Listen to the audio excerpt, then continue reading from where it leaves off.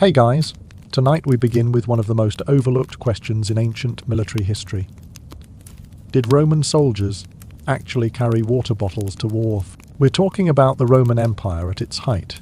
Legions marching across the scorched plains of North Africa, through the dense forests of Germania, down the baking summer roads of the Levant. Each man carrying enough gear to make a modern backpacker look dangerously underprepared. And underneath all the glory and the stone roads and the triumphal arches, there was a question that mattered more than any of it. Where is the water, and whose job is it to carry it? So before you get comfortable, take a moment to like the video and subscribe. But only if you genuinely enjoy what I do here, and let me know in the comments where you are tuning in from, and what time it is for you. It is always fascinating to see who is joining us from around the world. Now, dim the lights. Maybe turn on a fan for that soft background hum. And let's ease into tonight's journey together. So, let's set the scene. It is the height of the Roman Empire, 2nd century AD, give or take. Rome controls everything from Scotland to the Sahara, from Portugal to the Persian border. The Roman legions are, by every reasonable measure, the most organized, most disciplined, most logistically sophisticated military force the ancient world has ever produced. They build roads, they build bridges, they build aqueducts, they build acts so technically advanced that engineers are still studying them 2,000 years later. And then, and this is the part that nobody in the history textbook spends much time on, they send their soldiers into the field to drink sour vinegar water out of dead animal skins and hope the dysentery holds off for another week. Here is the thing about ancient armies that gets lost underneath all the swords and shields. They were, fundamentally, a logistics problem with a violence problem attached. Moving an army of 65,000 men, roughly the size of Alexander's force at its peak, required an estimated 325,000 pounds of water per Dalton Y, just to keep the men alive. Not the horses, not the mules, not for cooking, just for drinking, every single day. Someone had to find it, carry it, and distribute it, and if that process failed, no amount of excellent military tactics was going to save you. The generals who understood this built empires.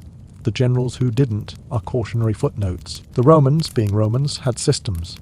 Designated water foragers, equators, sent ahead to find springs and streams while the column was still moving. Civilian merchants called lixer, who followed the army specifically to sell supplies, including water, back to soldiers who had been marching for 6 hours in August heat, and had, as you might imagine, absolutely zero leverage to negotiate the price. Animal skin containers treated with pitch and oil to stop them cracking. And posce, the drink that Rome's entire military apparatus ran on for centuries, which was sour wine or wine vinegar diluted with water, sometimes with herbs, and which tasted by surviving accounts like what you'd expect sour wine diluted with whatever water the equators found that morning to taste like. We'll spend a lot of time with posca tonight. It deserves the attention. It kept an empire functioning for several centuries. It was absolutely awful. Congratulations. You've just woken up as a Roman legionary somewhere in the Dacian interior, summer of 105 AD. The good news: you are a soldier of the most powerful military force the ancient world has ever assembled. The bad news: it is an hour before dawn. You haven't had a drink since yesterday evening's posca, and the century forms up in 45 minutes. Your tent smells like the inside of a boot. Not metaphorically. Your contubernium, the 8-man leather tent you share with 7 other soldiers, has been packed and unpacked and rained on, and dried out and packed again for the better part of 3 weeks on campaign, and it has absorbed, in that time, a full accounting of everything that 8 soldiers on the move produce. Sweat, wet wool, old leather, the particular fermented sourness of men who have not had access to a bathhouse since they crossed the Danube. You open your eyes. It is not quite dark. The fires from the camp perimeter send a faint orange edge along the bottom of the tent flap. But it is not light either. Your blanket is scratchy, undyed wool, smells of smoke and horse, and something underneath both that you have decided not to investigate, and is inadequate for the morning temperature, which is the specific cold of late summer at elevation. Not winter cold, but cold enough that you register it sharply the moment you stop being still. The ground under your sleeping mat is hard, in the way all Dacian ground is hard. A particular resistant, stony hardness that your lower back has been conducting a formal complaint about for 3 weeks. You lie still for approximately 4 more seconds. Then someone outside the tent says something in the clipped, carrying voice of a man who has been awake for an hour and has opinions about it. And you hear the familiar shuffling, muttered, reluctant sound of 7 other men, also deciding that lying still is no longer an option. Your tent mates have names. After 3 weeks, you know which ones snore, which one always rises first without complaint, which one has been nursing a blister on his right heel for 6 days and making it everyone else's problem in small daily increments, which one's ration of Posca emptied noticeably faster than it should have 2 nights ago and has not yet been formally addressed. You sit up. The cold morning air hits your face and your neck and the backs of your hands, and you take a breath that tastes of ash and the faint mineral sharpness of the stream your equatorers found yesterday afternoon, and that has been sitting in your skin ever since. Here is what a Roman legionary on campaign was, in practical terms.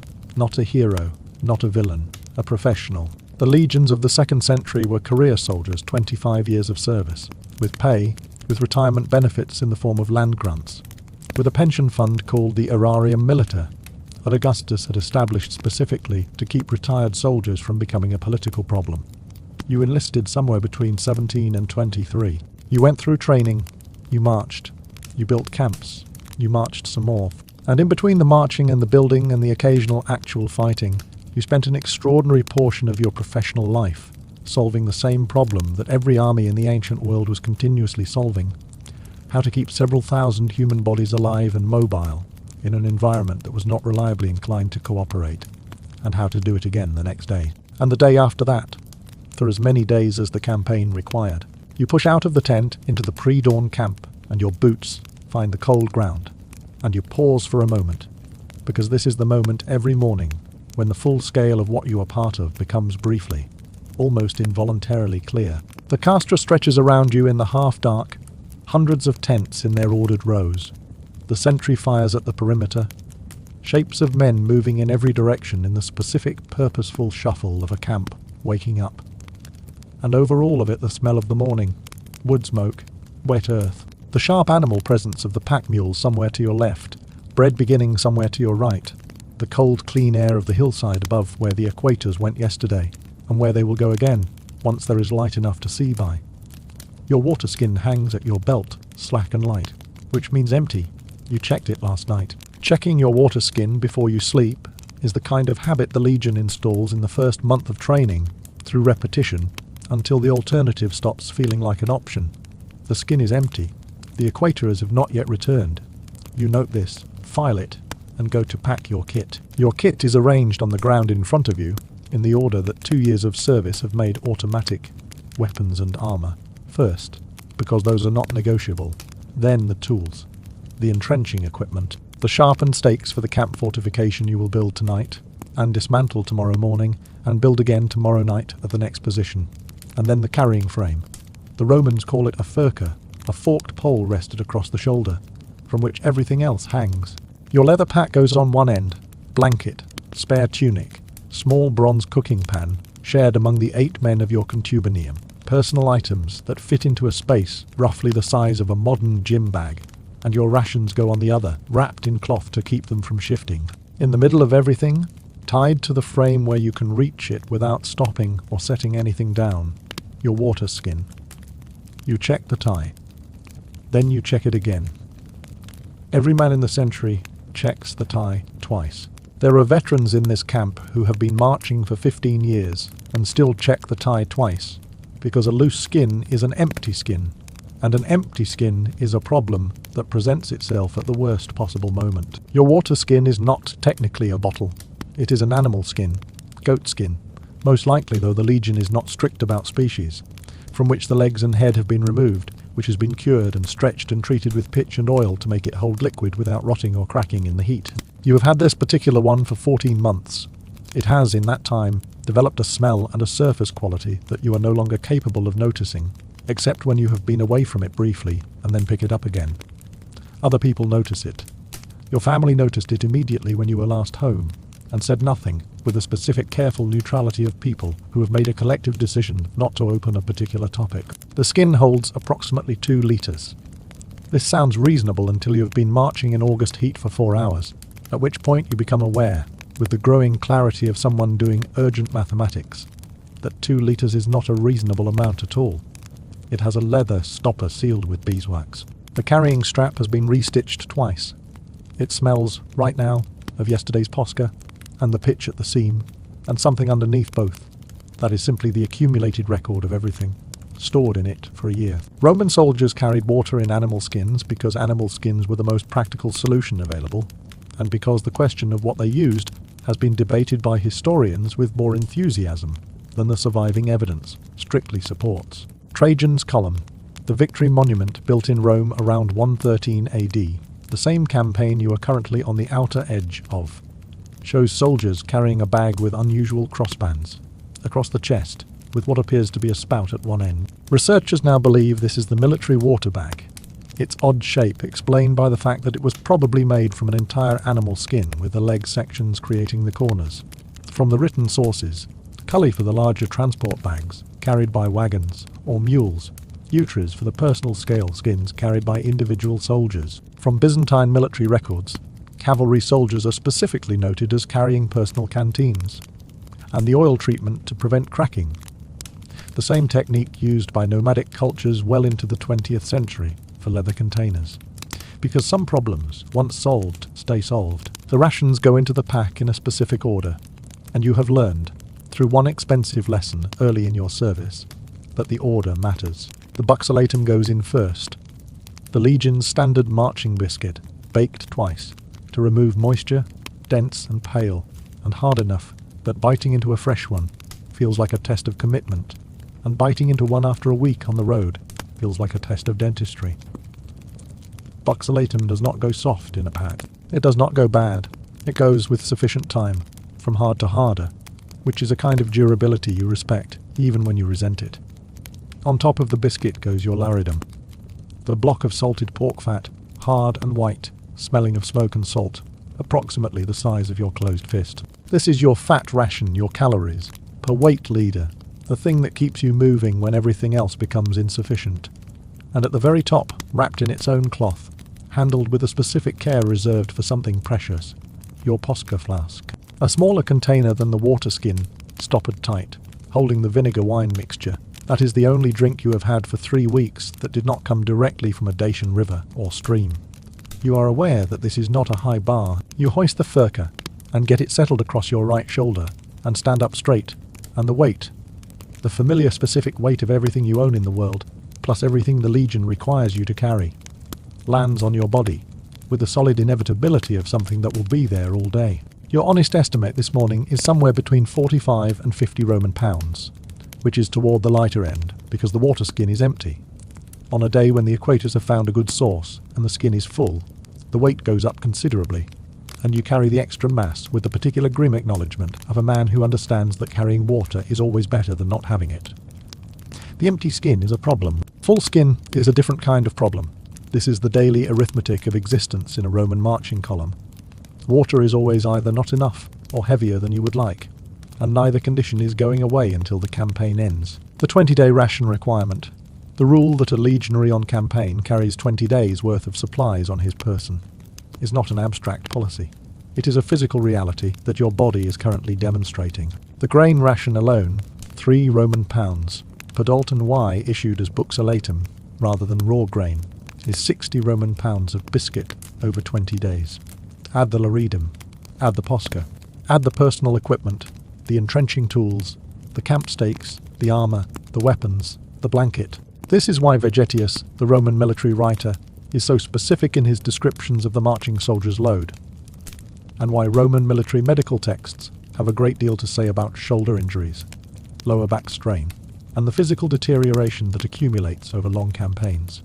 The forced march pace, 30 or more Roman miles in a day, used in emergencies, was understood by Roman commanders to be unsustainable, as a regular operating mode, not because it was physically impossible for one day, but because what it cost the men made the second day significantly worse, and the third day a serious problem. The contubernium assembles in the gap between the tent rows, 8 men in the pre-dawn dark, going through the same checks in the same sequence, with the synchronized reluctance of people who have shared a tent long enough to have accidentally synchronized their morning routines. Marcus, on your left, full name much longer. Marcus for 2 years now in the way all names compress with time.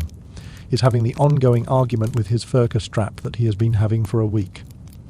The strap is wrong. He knows it is wrong. He has not fixed it. This is the kind of thing that accumulates on a long march. Small irritants that never quite rise to the level of requiring action, but that are present every morning, adding their portion to the general exhausted texture of the campaign. The youngest man in your group, still in the phase where everything is harder than he expected, is checking his water skin with an expression attempting to conceal the specific anxiety of someone who suspects his skin is lighter than it should be and cannot immediately explain why. The sentry assembles in the half-dark between the rows, 80 men taking their positions with the routine efficiency of a unit that has done this many mornings, and will do it many more. Not inspiring. Exactly. But competent in the particular way that professional competence looks when everyone is cold and tired, and not yet quite awake. Your centurion walks the line once, says nothing that suggests anything is wrong, says something brief to the optio at the rear. Around you in the camp, the same sequence is running in 80 other units. The check, the formation, the morning orders. The equators went out before first light. The mules are already loaded. Somewhere toward the rear, the camp kitchen has produced something that smells in this cold morning air, like flatbread and relative optimism, and will taste, when you reach it, like flatbread and practicality. You stand at ease. You wait. This is also a significant portion of what a Roman soldier does.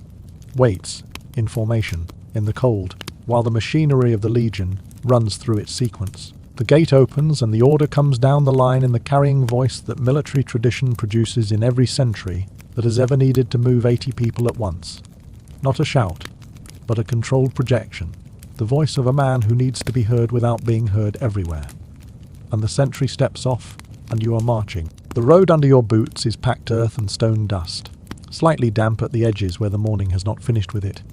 Hard underfoot in the way that will remain manageable for approximately 4 miles, and then begin to make itself felt in your knees. The furka settles into its position across your shoulder, weight distributing the way it always distributes.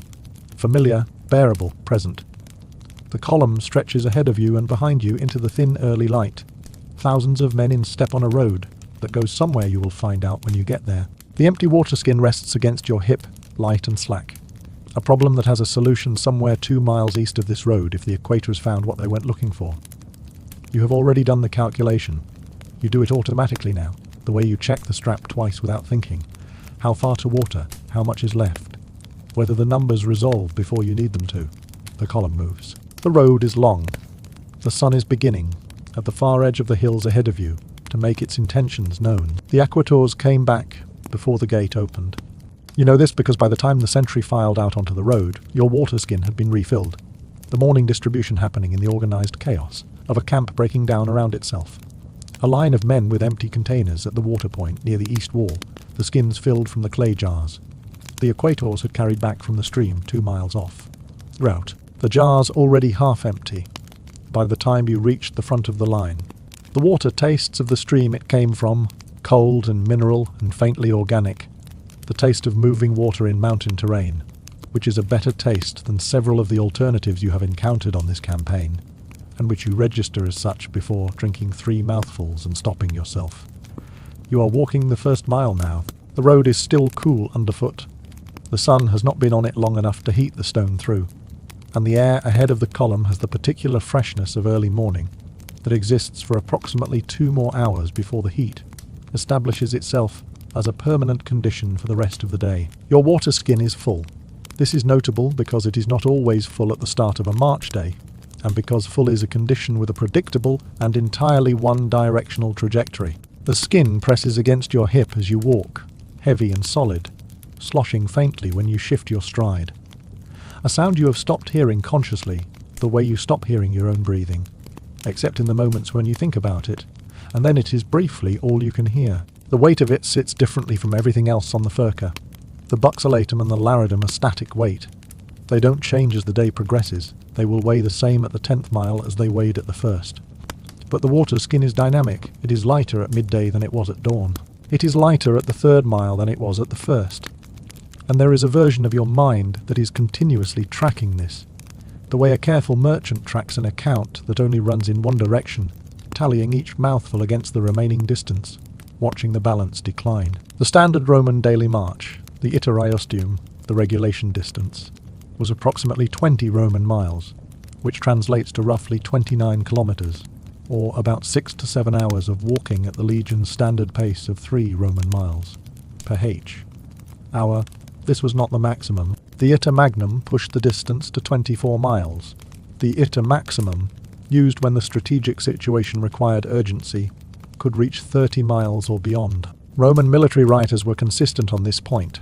The iter maximum left men in a physical condition that measurably degraded their effectiveness the following day, and a sequence of such days degraded an army faster than a moderate engagement would. The standard pace was calibrated not for a single day but for a campaign, the rate at which an army could keep moving, keep fighting effectively at the destination, and do it again the next morning, for as many consecutive mornings as the objective required. The general who understood this built armies that arrived. The general who pushed his iter maximum for a week arrived with something that looked like an army and functioned like a problem. You are somewhere between the 4th and 5th mile when the sun gets fully over the hills and the road begins to change temperature underfoot. It happens gradually, and then, past a certain point, noticeably, the stone that retained the cold of the night now holds heat instead, returns it upward through your boots, adds its portion to the heat already being generated by the column itself. Thousands of men walking in close formation produce heat. Their bodies, working at march pace, generating the specific dense warmth of sustained physical effort, sharing it with the men on either side and in front and behind. The air in the column, the air you are breathing, that the man ahead of you has already breathed, has a quality that is not exactly bad, but is not the open hillside air of an hour ago either. Dust rises from the road. The dust of a Roman marching column is a famous thing, visible from distance, a reliable signature of an army's presence. You are inside the dust. It coats your lips and your nostrils, and the back of your throat with a fine pale layer that tastes of stone and dry earth, and the accumulated passage of every boot that has been on this road since dawn. At the 5th mile, you allow yourself the first deliberate drink of the day, not the 3 mouthfuls at the water point this morning. Those were reflex, overnight thirst, not counted in the day's allocation. This is measured. You unstop the skin, tilt it, take 4 mouthfuls, restopper it, before your body is satisfied. The water is still faintly cool from the mountain stream, carrying its mineral taste and the slightly organic edge that stream water always carries, mixed now with the taste of the skin, the pitch at the seams, the old sourness of everything previously stored in it. And you hold the last mouthful for a moment before swallowing, because there is a brief interval in which it is both cool and in your mouth. And that interval is the best part of a March day's hydration, and you have learned to acknowledge it before it ends. The skin goes back to the furka. Stopper checked twice. You note the weight, noticeably less than this morning, more than half remaining.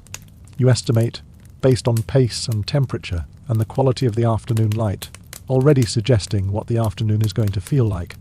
How many more deliberate drinks remain before rationing becomes necessary? Here is the calculation that every soldier in this column is running simultaneously, without speaking about it, without comparing notes, because it is personal arithmetic, and because comparing notes on how little water you have left is the kind of conversation that helps no one and makes everyone more aware of a problem they were already aware of. How much remains in the skin divided by miles still ahead, adjusted for temperature, adjusted for shade or open road, adjusted for the unknown variable of when the equators will find the next source, and whether that source will be reached before the skin runs critical.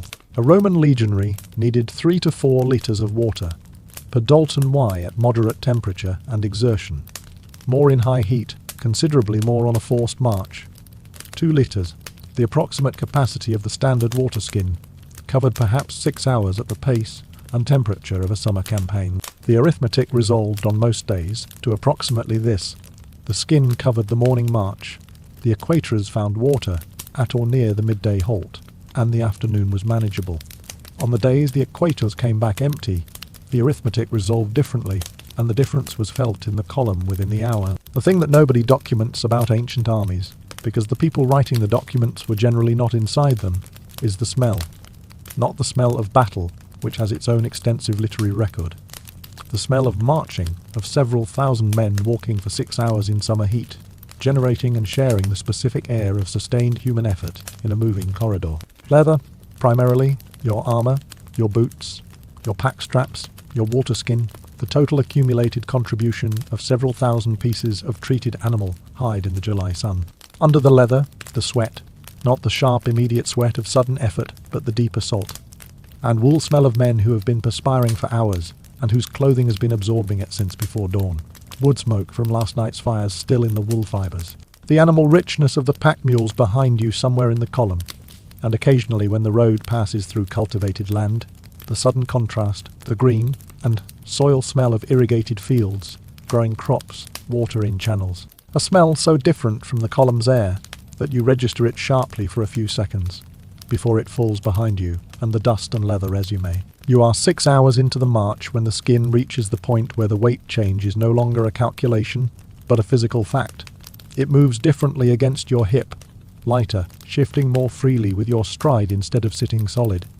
And you know from the feel of it that there is perhaps a third remaining, perhaps less, and that what remains needs to cover whatever distance still separates you from the next water point. The Equators split off from the column an hour ago to check a source the advance scouts reported 2 miles east of the road.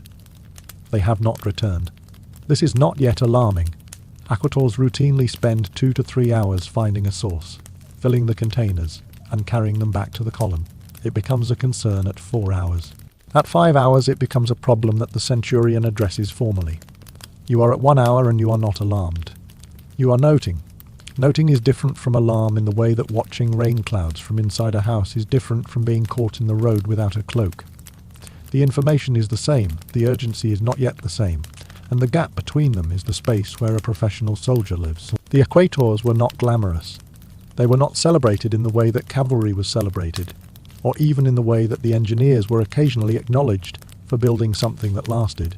They were 2 or 3 men per century, selected presumably for some combination of physical stamina and practical knowledge, whose job was to leave the column and come back with water. Vitruvius, the Roman engineer who also worked on military installations, and who clearly understood that camp logistics and water logistics were the same problem, wrote about water finding techniques in his De Architectura, reading the landscape for signs of underground moisture, which vegetation indicated proximity to water, which geological formations suggested springs, how to test a potential source before committing the column to a detour for it.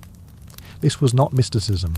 It was the accumulated observational knowledge of people who found water professionally, and whose usefulness depended entirely on being right. When the Equators failed, when the source wasn't where the scouts said, or was dry, or was so visibly contaminated that even the practical standards of a marching column couldn't justify it. The effect ran through the unit before anyone said a word, a change in the quality of attention, a slight tightening of the collective arithmetic. The halt is called in the long light of mid-afternoon, at a point where the road drops into a shallow valley, and a line of willows along a stream bed marks water before you can hear it. The Equators are already there, the clay jars set in a row in the shade, filled and waiting, their expressions, the specific flat satisfaction of men who went out and did the job and are now done with the job and would prefer to sit down. You unsling the furka and prop it against the nearest tree and sit directly on the ground without deliberation, and unstop your skin and drink in the unhurried way that is only possible when you know there is more where this came from. The water is cold from the stream, clean and limestone, mineral, with none of the organic edge of the morning supply, and you drink until the reflex to stop arguing, with the amount 4 mouthfuls, 5, 6, releases and you hold the 7th mouthful for a moment, and then swallow and breathe out slowly. Around you the sentry has stopped in the collective exhale of 80 men who have walked since before dawn and have now stopped. Boots come off. Men lie back. The jars circulate. You feel the skin fully. Check the stopper and tip your head back against the tree and close your eyes. The shade is cool.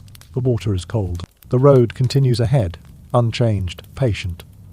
For 20 minutes, none of that is your problem. The water from the stream has been distributed, and the jars are mostly empty, and the halt is at its peak, which is to say that 80 men are arranged in various states of collapse in the shade of the willows along the stream bank. Boots off, packs against trees. Several of them in the specific horizontal position of men who have decided that the ground is acceptable and gravity is preferable to continued engagement with the vertical world. The air in this valley is different from the air of the road, cooler, greener, with actual moisture in it from the stream running to your left, audible as a low continuous sound over the murmur of the century in various stages of recovery. Your back is against the bark of a willow, which is rough and furrowed, and pressing into your left shoulder blade through your tunic, in a way that would be uncomfortable in any other context, and is currently, in this one, approximately the best thing you have felt since before dawn. Your boots are off. Your feet are registering the cool grass beneath them, with the dumb, grateful relief of things that have been inside a boot for 6 hours, and have been asked not to comment on it until now. The light through the willow leaves is the mottled, shifting pale green of early afternoon filtered through tree cover, and it moves across your closed eyelids in a slow, irregular pattern that your brain is processing with the particular passive appreciation of a system that has stopped being asked to do anything urgent. You reach for the Posca flask. It is a smaller container than the water skin, roughly the size of a large fist, leather like everything else, stoppered with a wooden plug wrapped in a strip of oiled cloth to keep the seal tight, and it has been on the furca since before dawn, tucked at the edge of your pack between the buxolatum and the laridum, and you have been aware of it in the way you are aware of any source of liquid, when you have been walking in July heat for 6 hours, and would like very much to drink something that is not road dust. You work the stopper free. The smell comes first, sharp and sour and vinegary, with the particular edge of fermented wine that has been sitting in a leather container in the sun since morning, which is an extremely specific smell that you have become so accustomed to over 14 months of service that you only notice it in the sharp first half, second before your brain reclassifies it as normal and stops reporting it as news. You tilt the flask. The Posca hits your tongue, sour, thin, with the mineral taste of whatever stream water it was mixed with, and a faint suggestion of something herbed underneath.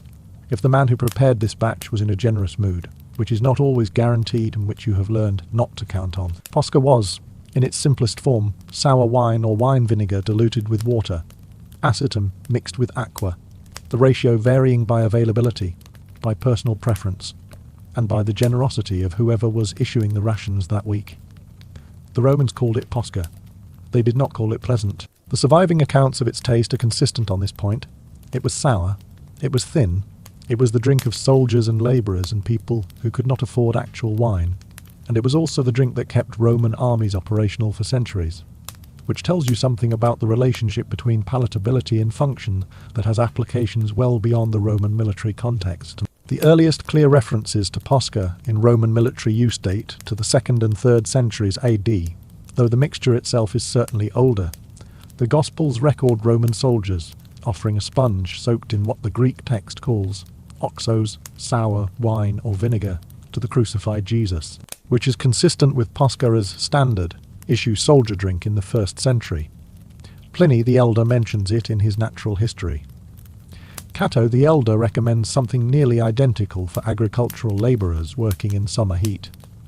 Posca was not invented for soldiers.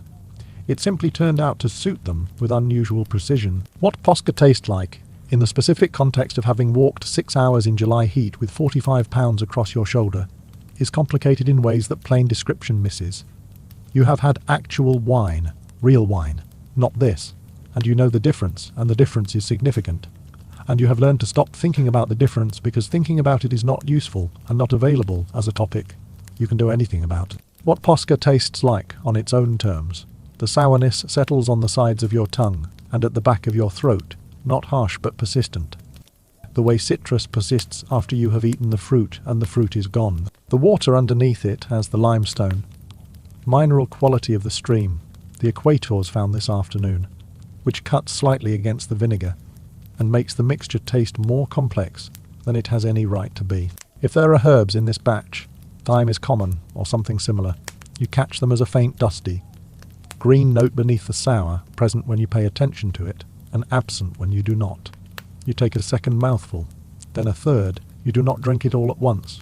You are rationing even this. The flask is yours in the way that all your equipment is yours, not possessed in a formal sense, but inhabited, shaped by use, wearing the accumulated record of wherever it has been. The leather is dark from handling, darker at the stopper, and at the base where your grip always finds it. and it has the smooth-worn quality of an object that has been picked up and set down thousands of times. The oiled cloth wrapping the stopper plug is fraying at one edge. You have not replaced it. The inside of the flask smells of everything it has ever held, Posca predominantly. But under that, the older sourness of the leather itself, the pitch at the seams, something that may be the residue of an oil treatment from early in its life that you no longer remember applying. When you hold it to drink, your thumb finds a slight indentation in the leather at the grip point, a shallow concavity your thumb has made, through repetition, over 14 months of picking this object up in exactly the same way each time. It fits your hand the way that used things fit the hands that have used them. You do not think about this. You simply hold it. The animal skin container, the uter, in its soldier scale form, was the Roman army primary personal liquid storage, and it was also functionally part of the reason Posca existed as a drink at all. A clean container used to store clean water produces clean, tasting water. An animal skin container treated with pitch and oil and carried for months in field conditions produces water that tastes of the container, resiny at the seams, faintly of old oil, with the background flavour of everything previously stored in it. This was not a Roman problem. Nomadic peoples across the ancient and medieval world used animal skin containers for water and fermented dairy and wine, and the taste of the container was simply part of the taste of the drink. An accepted feature, not a defect, because the alternative was no container, which was worse. The Roman contribution was to add enough vinegar to the water that the vinegar taste dominated and organised everything else. The sourness of Posca, in other words, was partly genuine and partly strategic. It was the flavour that made the flavour of the container irrelevant. This is, in the history of military logistics, one of the more quietly elegant solutions to a supply problem that nobody wrote down as a solution, because nobody thought of it as a problem requiring documentation. Marcus has his flask out. The man on your other side, Titus, or close enough, you have never been entirely confident, is eating buxolatum with the patient mechanical expression of a man who knows that eating hard biscuit without water will make him thirsty within the hour, and who is eating it anyway because it is in his hand now, and he is tired, and the proximity arithmetic outweighs the consequence arithmetic. You extend your flask to Marcus without speaking because this is the contubernium economy, not generosity. Exactly, because the flask comes back, but the informal exchange system that 8 men sharing a tent for 3 weeks developed by necessity. The same way any small group in close quarters develops equivalent arrangements. Because the alternative is a social environment that makes the march look appealing. Marcus takes a mouthful, passes the flask back without comment. It returns to your hand, warm from his grip, slightly less full. You note the weight. You say nothing about the weight. The sun has moved since you sat down. The shadow of the willow that was covering your legs has shifted, and the exposed section of your lower left shin has been in direct light long enough that you feel the contrast when a small cloud passes and the warmth cuts off for half a minute. The sudden relative cool across your shin, which your shin registers with the exaggerated gratitude of a body part that has not had shade in some time. The stream continues its low continuous sound of water moving over stones, which is a sound your nervous system registers as proximity to water in a way that precedes thought, some older processing that produces a faint background relaxation distinct from the conscious knowledge that the stream is there. Your water skin is full. Your Posca flask is at roughly half. Your buxolatum is diminished. Your feet are in the grass, which is cool and slightly damp, and your feet have no complaints about this arrangement. The road continues in the direction the century will march when the halt ends, making no promises about shade or water or how the afternoon light is going to feel once the valley is behind you and the open road resumes. The question of why the Romans used vinegar in water rather than simply boiling their water is one of those historical puzzles that reveals, in its answer, something important about the gap between knowing and understanding. The Romans had no germ theory. They could not have explained waterborne illness in any technically accurate sense. What they had instead was centuries of operational observation, that some water made men sick, that sick men slowed the column, that slowing the column cost time. That time was strategically irreplaceable. And what they also had, gradually, empirically, through accumulated experience rather than deliberate experiment, was Posca, which happened to be mildly antibacterial due to the acetic acid in the vinegar, which happened to reduce the pathogen load in contaminated water. which happened to keep more men functional more of the time. They adopted the solution without understanding the mechanism, and they maintained it because it produced better outcomes than the alternatives. This is a common pattern in the history of military logistics. The solution that works, implemented and sustained by the people who noticed it worked, long before anyone could explain why. The Roman commander did not need germ theory to notice that the unit drinking Posca had fewer men collapsing on the 5th day than the unit drinking from the stream unmodified. One of those outcomes was better for the campaign. They chose accordingly and kept choosing accordingly for several hundred years. The Optio walks the line of resting men and says nothing that sounds urgent, which means 5 more minutes at minimum, which you spend with your eyes closed, and the flask held loosely in your right hand, and the stream doing its low, unhurried conversation, with the stones and the willow light moving in its slow, irregular pattern across your eyelids. You are not asleep. You are in the specific state of rest available to a man who has been walking since before dawn and has 20 minutes and has learned, through professional repetition, to extract the maximum possible recovery from whatever interval presents itself. Your breathing has slowed.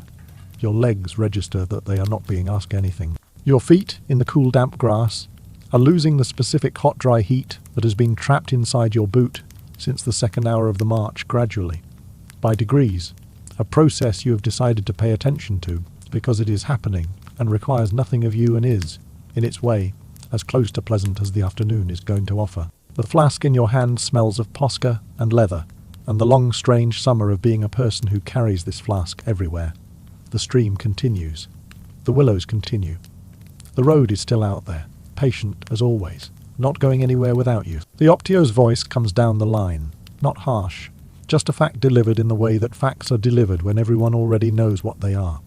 And you hear the particular sound of 80 men deciding simultaneously that the ground is no longer an option, the shuffle of men sitting up, the soft thuds of boots being pulled back on, and laced with the practiced efficiency of people who have done this several hundred times and have learned to do it fast, because the column does not wait for the man still working his second boot when the order has already been given. You push yourself up from the willow root, and your legs register their formal complaint, which you file and disregard. The pack goes on. The furka settles across your shoulder, weight returning with the absolute familiarity of something that has been there all day, and will be there until it is not. You take the 3 breaths your body requires before accepting the weight as the permanent condition for the rest of the afternoon. Around you, the sentry assembles with the same tired competence it assembled with this morning, 80 men getting themselves upright and sorted, the particular collective sound of gear being checked and resettled and accepted. Ahead of the column, already moving before the sentry has fully formed, you can see the equators going. There are 3 of them assigned to your sentry today, the full complement, and they move differently from the marching column. No furka, no full pack. Just the empty clay jars slung in carrying nets across their shoulders and the leather bags at their hips with whatever tools and rope the job requires. From this distance, their movement reads as purposeful and unremarkable. You watch them until the road bends east and the tree line takes them. They are going somewhere off the road, into the country beyond the valley, following a line in the landscape that they can read, and you cannot. Some combination of how the ground falls away toward lower elevation, where the tree cover thickens and darkens, the particular green tint of vegetation that prefers wet feet over dry. They move without looking back. This is not confidence. Exactly. It is the specific forward attention of men with a job and a direction and an understood deadline. The aquators from aqua, water, and the Latin suffix applied to people who do things professionally were designated water foragers attached to each century of the Roman legion. Evidence for their formal existence comes from several directions. Vegetius mentions water, finding as a specific skill requiring dedicated training. Later Byzantine military manuals, which inherited Roman operational practice wholesale, specify that units must carry designated water, seekers, and the basic logistics of keeping several thousand men alive on a march make their existence structurally necessary whether the paperwork survives or not. 2 or 3 men per century appears to have been the standard ratio, enough to split up and check multiple sources simultaneously, few enough that the sentry could function without them during the search interval. What selection criteria were actually used is not well documented, but the job requirements imply a specific profile, practical hydrology, physical stamina sufficient to cover several miles off, route and return loaded, Whatever combination of local knowledge and landscape, reading that finds water reliably in unfamiliar country. The last quality was presumably the hardest to assess before the campaign started, and the most important once the column was in the field, and the clay jars needed to come back full. The afternoon road is different from the morning road in every way. The morning road was tolerable. The stone underfoot has spent 8 hours collecting heat and is now returning it upward through your boot soles with the steady impersonal efficiency of something that has no agenda, but also no mercy. The air ahead of the column has the dense, bright quality of summer afternoon that makes the far end of the road appear to flex slightly in the heat shimmer, as though the distance itself is uncertain about its geometry. The dust is denser than it was this morning. The column has been laying it down since before sunrise, and the afternoon has dried whatever moisture was still in it at dawn. And the back of your throat carries the accumulated record of every hour since the halt in the form of a fine pale grit that no amount of swallowing fully addresses. Your water skin is heavy and full on the furca, and you are aware of it with the specific awareness of someone who knows that full is a temporary condition. And the afternoon is not. You pass a stretch where the road runs along the edge of cultivated land, terraced fields to the right of the road, recently irrigated, the channels between the rows dark with moisture. For perhaps a quarter mile the air off the fields reaches the column, the green and soil smell of irrigated land, growing things, water held in the air and releasing slowly through leaf surfaces, a smell so completely unlike the smell of the road that your body registers it as information before your mind does. A brief, involuntary relaxation, nothing decided, just a physical response to proximity, to water encoded somewhere below the level of choice. You turn your head slightly without breaking step and look at the fields, the precise geometry of the irrigation channels, the orderly terracing, someone's careful long attention to where the water went and where it needed to go. Whoever built this understood the problem you have been watching the Equators solve all campaign. You recognize the thinking in the landscape because you have been living inside the same thinking for weeks. Vitruvius, in the 8th book of his De Architectura, describes how to find water in unfamiliar terrain with the methodical specificity of a man who understood that this was observation, not intuition. Before dawn, he writes, lie flat on the ground with your chin at soil level and look across the landscape. Wherever thin wisps of vapor rise from the earth, there is moisture below. Look for specific plants, rushes, wild willow, alder, ivy, reeds, vegetation that indicates high soil moisture or the proximity of underground water. Read the rock formations. Certain geological structures hold water between their strata. Others channel it downward and away. Dig a trial hole at a promising site and lower a bronze vessel, unwaxed wool, or an unlit lamp into it overnight. Condensation on the vessel, or the wool, in the morning, indicates ground moisture. A lamp that goes out suggests damp air close to a source. Test the water you find by taste, and by observing the people who live near it. Healthy locals with good colour are evidence of a reliable, long-term supply. This was not mysticism or fortunate accident. This was the accumulated observational knowledge of people who found water professionally, passed down and refined through operational use, precise enough to be written down as a manual and trusted enough to be the method, that an advancing Roman army bet its water allocation on every day of a campaign. The point at which the equators have been gone long enough to register is not the point at which anyone says anything. It is a shift in the quality of attention in the column. Something in how men check their water skins fractionally more often than they did an hour ago. In how conversations drop off or become specific about subjects unrelated to water with the specific specificity of men who have agreed without speaking to talk about something else. In how the centurion walks the formation with a fractionally increased attention to the road ahead and the terrain to the east. You have been in columns when the equators came back late and in columns when they came back empty, and you have learned the difference in the silence between not yet alarmed and beginning to calculate, and you know which silence this one is. You make the adjustment accordingly, not faster, not slower, but with a slight conservation of effort that you do not announce, and that the man next to you is almost certainly also running, and that the man next to him is almost certainly running too. Each of you carrying the calculation privately and not comparing it. Your water skin is past the halfway point. You know this by weight rather than sight. The skin has been against your hip for hours, and you have learned to read it the way you read any familiar thing, by feel rather than measurement. The mathematics resolves to this. At current pace and temperature, half a skin covers approximately 2 more hours before the question stops being background and becomes foreground. The Aquators left 2 hours ago. Depending on how far they found the source and how much they had to carry, they have somewhere between 1 and 3 hours remaining before their absence becomes an operational concern rather than a background note filed under normal. You run this calculation once, clearly file it, and stop running it.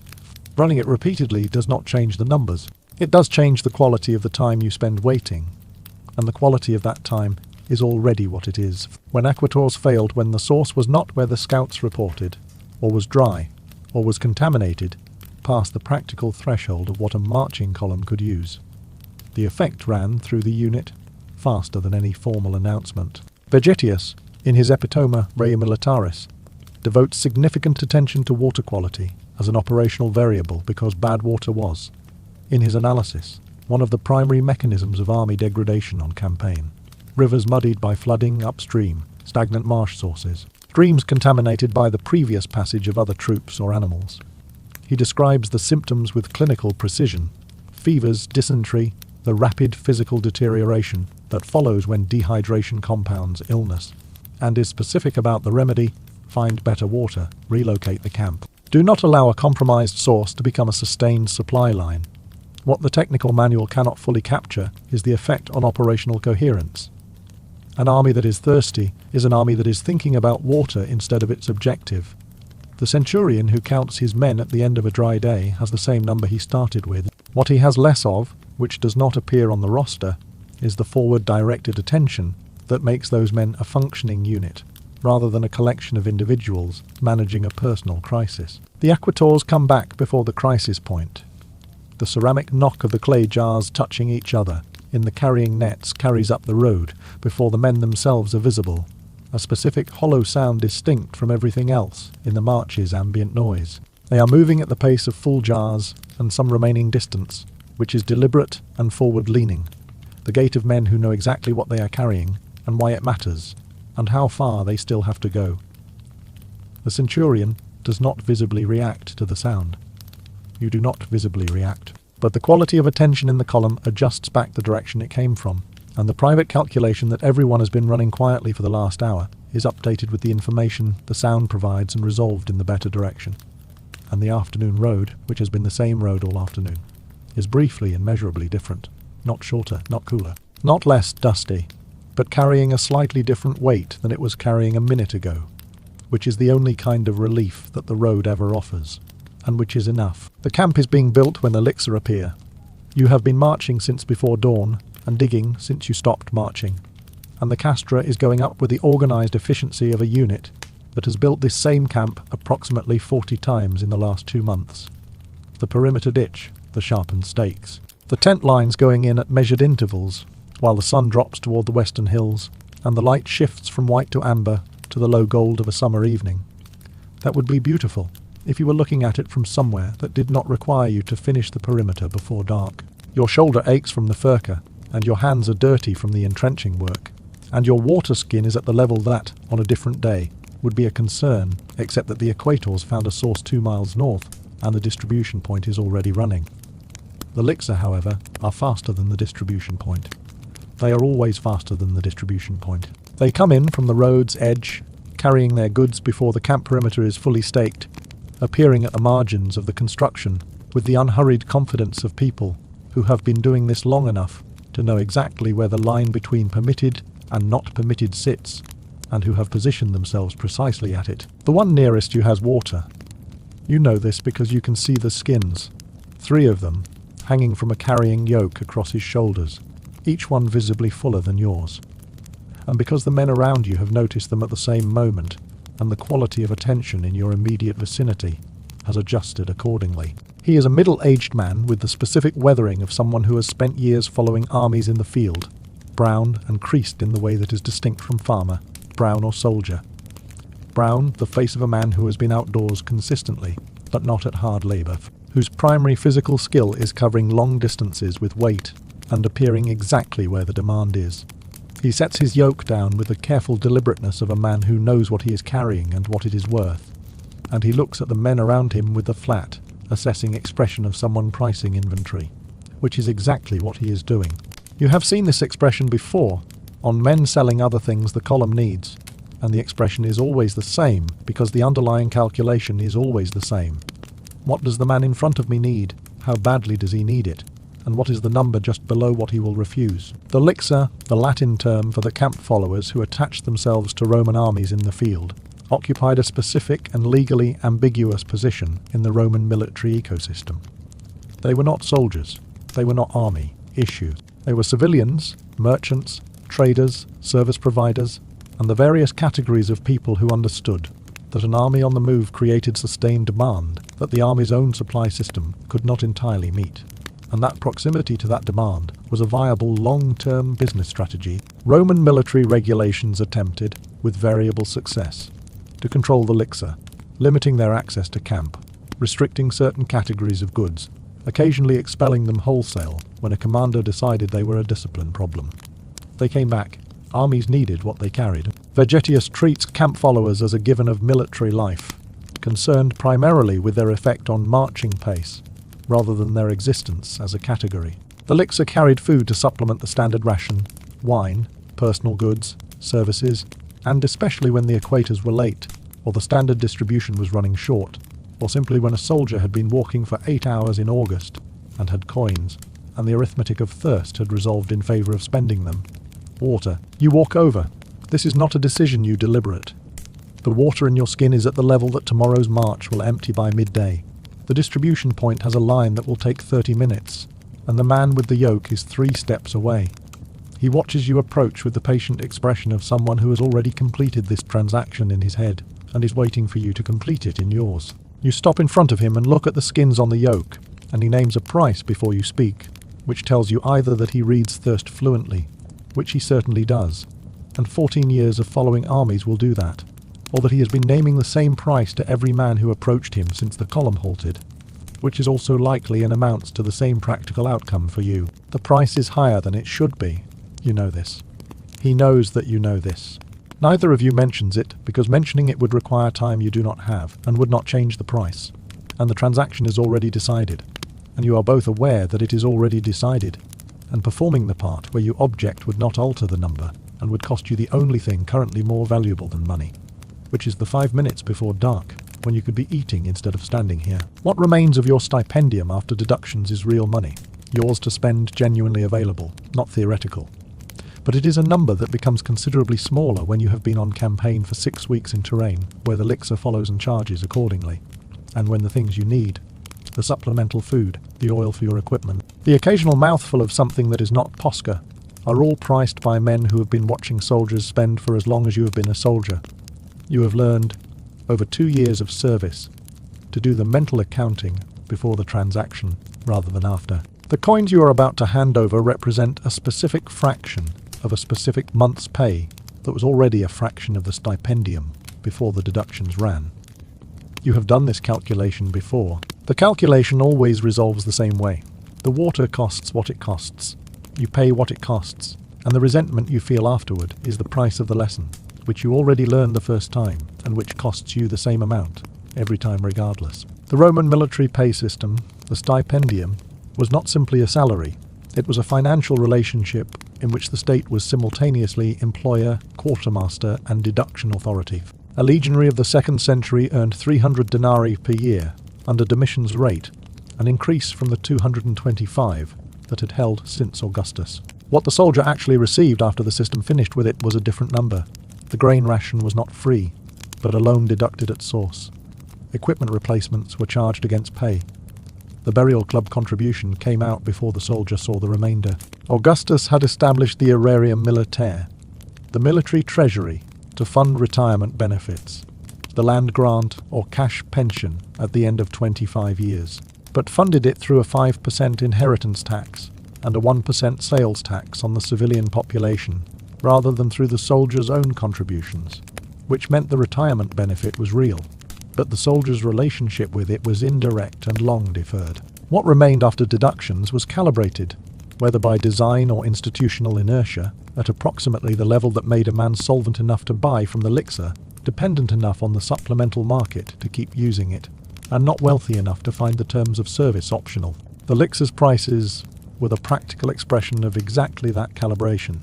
You hand over the coins, and he takes them with the efficiency of a man who has been taking coins all day. He fills your skin from one of his clean and cold, from a source he found or bought access to before the column arrived. And you hold the skin while he fills it and watch the level rise with the specific patient attention of someone who has paid for a quantity and intends to receive the quantity paid for. When it is full, you stopper it, check the stopper, check it again. You sling it back to the furker. The transaction leaves the feeling that paying too much for something necessary always leaves. A small clean resentment sitting underneath the larger relief of having the thing. The resentment is real, the relief is more real. You have learned, through repetition, that the resentment fades within the hour and the relief continues for the rest of the evening, and that this asymmetry is information about which one to prioritize, and that you still feel the resentment every time regardless. Because knowing something intellectually and being free of its emotional consequence are not the same thing, and never have been. You watch the other men at the yoke. Some of them negotiate, or perform the shape of negotiation, the expression, the counteroffer, the pause. But it is not really negotiation because there is no alternative bid on the table, and the Elixir has been doing this for 14 years and has infinite patience for the performance, having learned that the performance ends at the same number every time. The youngest men in the century try hardest. You have learned not to find this touching out loud, because finding it touching would require explaining why the optimism is touching, and the explanation involves information that will accumulate on its own over the next few years of service, and does not benefit from being accelerated. A veteran ahead of you hands over the coins without expression. The Elixir fills his skin. Neither of them performs anything. They are both too tired and too experienced to bother with the theatre. And in the economy of the thing, that efficiency is its own kind of respect. The transaction stripped to its components, conducted with the shared understanding of two professionals who know exactly what is happening and have agreed to complete it without ceremony. Camp followers, under different names, in different arrangements, with different degrees of official tolerance, accompanied every army of the ancient world that left records detailed enough to know. Alexander's baggage train was famously vast, periodically reduced by command decree when it grew too large to keep pace, and repeatedly expanded again because the men needed what it carried. Caesar's accounts of the Gallic campaigns mention non-combatant populations attached to the Gallic forces he was fighting, in one case exceeding the fighting force in total numbers. The Roman Elixir were the regularized, semi-institutionalized version of this universal phenomenon, the economic shadow of an army, the civilian supply infrastructure that the military structure could not or chose not to provide directly. Following the column, because the column was the most reliable concentrated market in the province and the least likely to move far enough to make the journey unprofitable. They sold food, wine, tools, services, information, and the various other things that the standard ration and the standard issue did not cover. Water was one item in a larger inventory. It was the item that resolved most urgently when the standard distribution ran short, and the one for which the Elixir understood, from long professional experience. That price elasticity was essentially a theoretical concept, with no practical upper limit, when the alternative was nothing. The camp is quiet by the time your tent is up and the kit is stowed, and you have eaten what there is to eat sitting in front of the fire, that someone has managed from wood that may or may not have been obtained through official channels.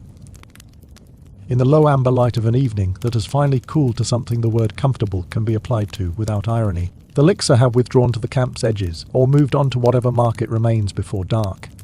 Your water skin is full, paid for, which is a different kind of full than the Equator's distribution full, but full in the way that counts, which is the way that involves actual water. The camp around you settles into the sound of several thousand exhausted men doing the same things you are doing, finishing food, seeing to small injuries and equipment, having the short direct conversations of people, too tired for longer ones, lying down.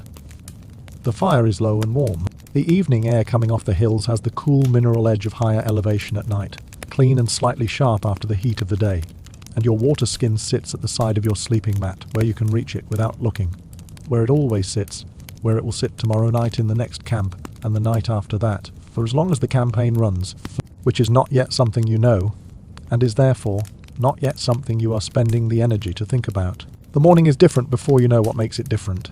You wake to the same cold air, the same scratch of wool against your neck, the same orange edge of the perimeter fires along the bottom of the tent flap. But something in the sounds outside the tent has already been processed by your sleeping mind before your waking mind catches up. And when you push out into the pre-dawn and your boots find the cold ground and your hand goes to the water skin from reflex, you know before you feel it that it is going to be light. It is very light. Your thumbnail finds the stopper from habit, and the stopper is fine, and the skin holds what it held when you lay down beside it, which is almost nothing, because the aquators came back at dusk with the clay jars half filled from a source that was shallow and slow, enough for the animals and the cooking fire and a thin distribution that you remember standing in line for and receiving and immediately calculating. Your skin carries the record of that calculation in the form of a weight that is not there. You note it, the way you note all the things you cannot change before the gate opens, and you go to your kit. Your Optio names you for the foraging party at First Assembly. You and 4 others from the Century. Your name's in the carrying voice with no elaboration required, because your water skins are elaboration enough. You unsling from the formation and find yourself in a group of 5 with empty containers at a rough direction from the Decurion. A farmstead, the advanced scouts reported half a mile east. A line of cypress visible from the high ground that suggests a reliable source. You walk toward it across country that is not the road, through dry grass and low scrub, your boots finding the uneven surface differently than they find paved stone. Each step a small decision about weight and footing that the road does not ask of you. You can feel the column receding behind you. You are aware of your own separation from it in the specific way you are aware of the edge of anything, the place where one condition ends and another begins, and the understanding that you are now in the second condition and will need to find your way back to the first. Forced foraging, the requisition of water and supplies from the civilian population in a zone of military operations, was not a breakdown of Roman military order. It was a component of it. Roman armies on campaign operated on an expectation that the territory they were moving through would supply a portion of what they needed, through formal requisition backed by the presence of armed men, through purchase at prices the army set rather than the market, or through outright seizure, when the operational situation made the distinction between purchase and seizure a bureaucratic formality. The Roman legal framework had a term for legitimate military requisition, angeria, the compelled provision of service and supplies from civilian populations in the theatre of operations. The further the column moved from established supply lines, from the depots, the river transport, the pre-arranged procurement contracts, the more the column's relationship with the surrounding countryside shifted from customer to creditor, with the creditor's terms set by the creditor. In formally allied or provincial territory, soldiers were theoretically expected to pay fair value for what they took. In enemy territory, the theoretical regulation became largely theoretical. In either case, the practical negotiating position of the civilian was constrained, in ways that required no further documentation, by the identity of the person doing the asking. You see the farmstead from the top of the rise, a low stone building, a walled yard, a line of cypress that your weeks of watching aquators work has taught you to read as shade, over water. And you feel the specific sharpening of attention your body produces when something you need becomes visible ahead of you. Your pace adjusts, not faster but more deliberate, your weight slightly forward, your empty container resettled on your back for easier carrying across the uneven ground. Your 4 companions have the same quality of forward attention, and you can feel it in the shape of how they are moving alongside you. The same lean, the same narrowing of focus. You are not running. You are not raising your voice or your weapons. You are 5 armed men with empty containers walking toward a farmstead that has water, and you are registering, in the part of your awareness that notices these things, that the description you are making of this situation, and the description the people in that farmstead are currently making of this situation, are probably not the same description. The woman who comes to the yard wall when you approach is middle-aged, her face the specific brown, and creased weathering of agricultural work outdoors. And she looks at you and your 4 companions with an expression you have seen before on the faces of civilians near the route of march. Not fear. Exactly, but the careful neutral attention of someone taking inventory of a situation before deciding how to respond to it, and finding that the inventory does not leave many options. Your Decurion speaks to her in the local language, which he has better than you do, and you watch her face as he speaks, and watch it not change very much, which is its own kind of answer. Your eyes move past her to the cistern in the yard. Stone, built covered with a flat wooden lid, moisture dark around its base, which means fed by something still running. You wait, your empty container on your back, your hands at your sides, your eyes on the cistern, your awareness of yourself in this moment considerably more detailed than it usually is when you are standing in a formation waiting for something to happen. The Roman military's relationship with civilian water in the campaign zone was, in legal theory, a relationship of regulated access. In provincially administered territories, soldiers were formally prohibited from taking supplies without payment, a regulation repeated by multiple emperors, which tells you something about how consistently the regulation was being observed. The practical reality on a moving column operating through territory that may or may not have been formally integrated into the administrative structure was more variable. Josephus, describing the Roman siege operations against Jerusalem in 70 AD, documents the systematic stripping of the surrounding countryside for timber, water, and provisions over an expanding radius as the close supplies were exhausted. Caesar's accounts of the Gallic campaigns are matter of fact about foraging parties and their scope. Frontinus catalogues ruses specifically involving water denial and water access as standard tactical elements, which implies that control of water was a recognized instrument of military pressure rather than an unfortunate side effect of operations. The civilian with a cistern in the campaign zone was not, in the administrative sense, the enemy. She was, in the operational sense, the person currently located between the column and what the column needed. You fill your container at the cistern while your decurion handles the wall, which is a conversation you are not close enough to follow, and have chosen not to move closer to follow. The water in the cistern is cool and faintly mossy. You can smell it from where you are crouching with your container, a deeper green smell than running water. The smell of water that has been sitting in stone and shade, which is a specific smell that you register with the specific part of your awareness that registers water. Your container fills slowly because the opening is narrow, and you are careful not to disturb the sediment at the bottom. You are aware, without looking directly, that the woman is still at the wall watching you fill it. You are aware of being watched by someone who has no good options and is watching anyway, and you are aware of your own hands doing what your hands were sent to do, and you are aware that you would prefer to finish and leave before the watching requires you to meet it. The return across the hillside is different from the approach in every way the approach was forward directed.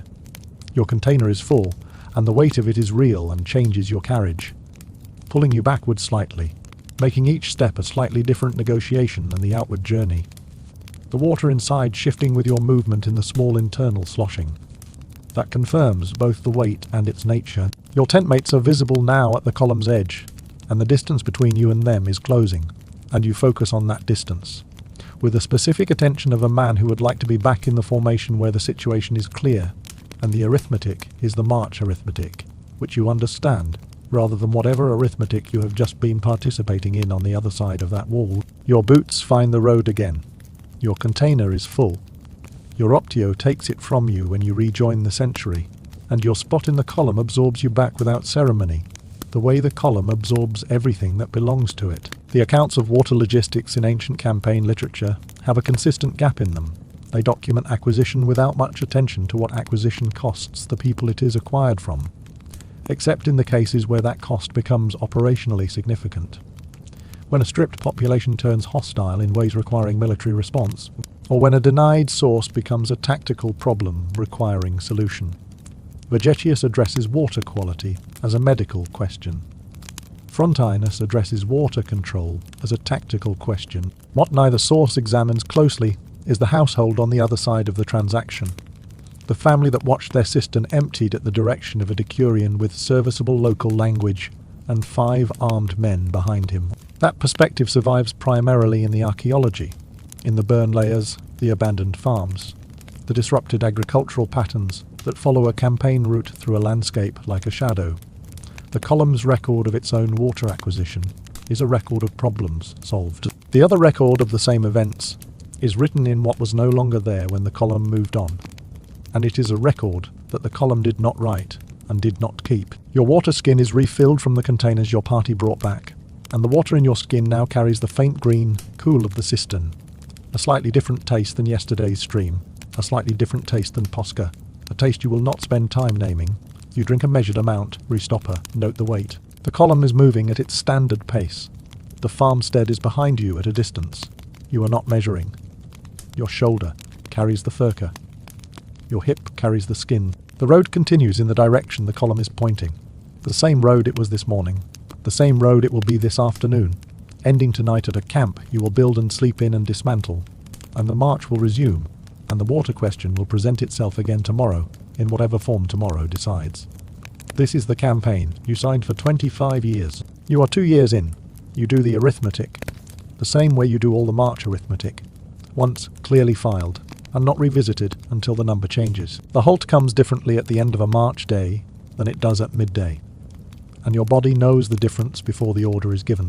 You feel it in the way the column slows, not the brief compression of a pace adjustment, but a deeper deceleration, the collective weight of several thousand men deciding. At some signal you cannot see but can feel through the column that the destination has been reached. Your feet register the change in intention before your feet stop moving. Your shoulders shift under the furka with the specific anticipatory adjustment of something that has been carrying for 8 hours and is about to not carry. And the relief that attaches to the anticipation of that is different from the actual relief, which is different again from the longer, settling relief that comes an hour later, when your body begins to understand that the carrying is done for today. You are standing on a rise above a shallow valley. You can see the stream from here, a line of willow and alder across the valley floor. And your centurion is walking the proposed perimeter with a surveying pole. And around you the legion is doing what the legion does when it arrives somewhere, stops being a column and starts becoming something else. Your sentry's assignment is the eastern wall section. 60 paces of perimeter ditch, the earth going up on the inside, as the ditch goes down on the outside, your entrenching tool moving through the Dacian hillside, with the specific rhythm of work that has been going on since before your arms fully understood what it required of them. You have been marching for 8 hours. You are now digging. Your shoulders, which you were preparing to rest when the column stopped, have been introduced to a different complaint. And your shoulders are presenting this complaint with the patient persistence of something that has been accumulating evidence all day and has now located the appropriate venue. Your hands know the tool, the weight of it, the angle of the blade, how to throw the soil to the right where the rampart is building, and they do the work without waiting for instruction from the parts of you that would prefer to be sitting. Around you, your tent mates work their own lengths of the same section, each man with his assigned stretch, and the sound of entrenching tools in earth is the specific rhythmic percussion of a Roman camp being built, which you have heard approximately 40 times in the last 2 months, and which your body has begun to associate with the end of marching so strongly that you have started, against all reasonable expectation, to find it almost comforting. The Roman castra, the standardized temporary camp that a Roman army built at the end of every march day, regardless of expected tenure, regardless of whether tomorrow would require dismantling it or expanding it, was one of the most disciplined logistical achievements in ancient military history. Polybius, the Greek historian embedded with Roman forces in the 2nd century BC, described the layout with a precision that modern archaeologists still use as an excavation guide. The rectangular perimeter, the 4 gates, the Via Principalis running east-west, the Via Praetoria running north-south, the headquarters at the intersection, the troop tents in their ordered rows, the space allocation calculated per unit type. What Polybius also records, and what every Roman military writer after him repeats in some form, is that site selection preceded layout. Before the surveying pole went in, before the perimeter was marked, before any spade touched ground, the camp's location was chosen against a checklist in which water ranked first. Not defensibility, not road access, not proximity to the objective. Water, its availability, its quality, its proximity to the perimeter, and whether an enemy could easily deny it. The general who could not answer the water question had not yet chosen his camp. The general who answered it wrongly found out on the 2nd day why the question ranked first. Your section of ditch runs close enough to the north wall that you can see across the camp interior to where the water distribution point is being established. The clay jars set in their row near the gate, men already moving toward them with the pace of people who have been calculating this distance since the column halted. You register the distribution point's location the way you register all March day water information. Precisely, immediately, filed in the part of your awareness that tracks these things continuously. Your arms are still moving in the dit. Your section has approximately 12 more paces before it meets the neighbouring sentry's work, and you hold the distribution point in the corner of your vision as a fixed reference, while your hands finish what your hands were assigned to finish. You adjust your rhythm slightly, not faster, which costs more than it saves, but more consistent. removing the micro pauses that accumulate into real time when your attention drifts. Your section will be done before the distribution line gets too long. You have done the calculation. Your arms continue. Your length of ditch is finished, and your stakes are in before the light goes entirely, and you straighten your back in the specific slow way. That back straighten after an extended period of being asked not to be straight. A process your body accompanies with a running commentary you have learned to receive without endorsing. Because the commentary does not affect the situation, and the situation requires you to be upright, regardless of the commentary's position on the matter. Your tent goes up while you stand there recovering, your tent mates working the poles and pegs in the sequence that 2 months of identical evenings have made automatic, and you watch the camp complete itself in the low amber light. Final stakes going in along the perimeter, watch posts filling, cooking fires catching at intervals across the interior. The whole apparatus of temporary fortification becoming, in the space of 2 hours, something that will function as a defended settlement until dawn. Your water skin is nearly empty, your furka is on the ground, your boots are off, your tent is almost up. These 4 facts are all resolving in the right direction simultaneously, which is a rarer alignment than a March day usually produces, and you receive it with the flat satisfaction of a man who has learned not to expect good fortune, and is therefore prepared to accurately recognize it when it arrives. Vegetius, in his Epitome Rei Militaris, lists the criteria for camp selection with the methodical completeness of a man who has absorbed centuries of professional knowledge and written it down before it is lost. The site should be elevated for observation and defense. It should have access to wood for fires and fortification material. It should have forage for the animals. The approach routes should favor the defender, and it should have water. His treatment of the water criterion rewards close reading. The source must be close enough that supply parties are not exposed during collection. It must be sufficient in volume to supply the entire force without depletion. It must not be easily poisoned, diverted, or denied by the enemy. A concerned Frontinus addresses directly in his Strachomata, cataloguing commanders who poisoned, diverted, and blockaded water sources as deliberate tactical moves. It must not sit so close to the camp perimeter that it creates drainage and contamination problems inside the fortification itself. Getting all of these criteria to resolve simultaneously on the same piece of ground, in whatever terrain the route of march dictated, and whatever pace the strategic situation required, is the kind of problem that made Roman camp prefects the most consistently underappreciated specialists in the ancient military world. The men who solve, every single day, the problem that an army's survival depended on, without being the one's history later decided to remember. You move through the finished camp with the particular awareness of someone who has built the space they are moving through, knowing where everything is and why it is there, the knowledge sitting differently from the knowledge of a space you have merely entered. Your tent is the third in the second row from the east wall, 40 paces from the eastern gate, and 80 from the water distribution point. A distance you have already measured in your head without deciding to measure it, which is the kind of automatic calculation that 2 years of building and inhabiting constructed camps installs in you without announcement. Your boots are back on because the night perimeter is active, and bare feet in an active camp are an invitation to injuries that are a different category from the ones you have been accumulating today, and you prefer not to add categories. You pass the headquarters section and arrive at the distribution point, which has a shorter line than it had an hour ago, and you join the back of it and let the March day arithmetic run its final update. The skin is low, the distribution is running, the calculation is about to resolve, and your only remaining task is to stand here and wait for it. Your turn comes and you hold the skin while the aquators fill it from the jar, and the weight returns to your hand in the specific way that full feels distinct from the process of filling. The moment when the skin settles into its capacity and the weight becomes solid rather than growing. The water at evening is cooler than midday water, the jars having been in shade since they were filled, and it carries the stream's mineral character cleanly, without the warmth that afternoon heat adds, with the faint pitch of your skin's seam underneath, and nothing else competing. You take the first mouthful standing at the distribution point, and you hold it before swallowing, because you have been rationing all day, and your body's response to the first unrestricted mouthful is immediate and specific, and you have learned to hold it for a moment.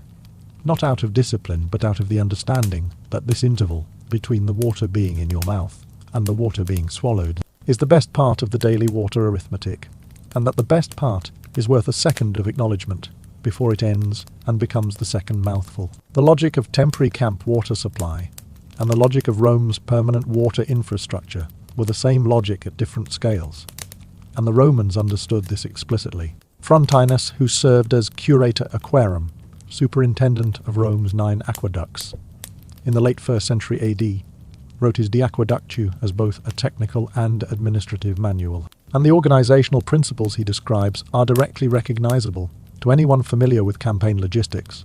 Know the source, know the volume, know the distribution system, know the failure points, and have responses prepared. The aqueducts themselves were extensions of military engineering, built by legionaries, maintained through the military administrative structure, defended as strategic infrastructure. The Aqua Appia, Rome's oldest aqueduct, was built in 312 BC at the same moment the Via Appia was being laid, because the same mind that understood an army needed both road and water to move understood that a city needed both to function. The camp's water point and Rome's street fountain were the same problem. The Roman answer was to treat them with the same systematic rigor, because the cost of failing at either, in either context, was the same: first thirst, then everything that follows thirst, in an order that does not vary and cannot be negotiated with. Your tent is dark, and your water skin is full beside your head, and the camp around you is settling into its night sounds, the watch calling the hours at the perimeter, the low finish of day conversations around the last fires, the occasional horse movement somewhere toward the cavalry lines, the whole occupied quiet of a large temporary structure finding its equilibrium after the work of being built. You are not yet asleep. You are in the interval between the end of effort and sleep, which is an interval you have learned to use rather than fight, your body completing whatever accounting it needs to complete, your mind running lightly over tomorrow's variables without urgency. The quality of the night air suggesting tomorrow's weather in the way that the air always suggests tomorrow's weather to a man who has been sleeping outdoors for 2 years and has learned to read it. Your water skin is full and will not still be full at this time tomorrow, and you do not need to think about that until it is not. The watch calls from the east gate. The camp holds its shape around you in the dark, organized and functional and temporary, built by your hands, yours until dawn. When you return from the water distribution point, the fire outside your tent is already going. The man in your contubernium who is always first at useful things, having found wood from somewhere that your century may not have been officially allocated.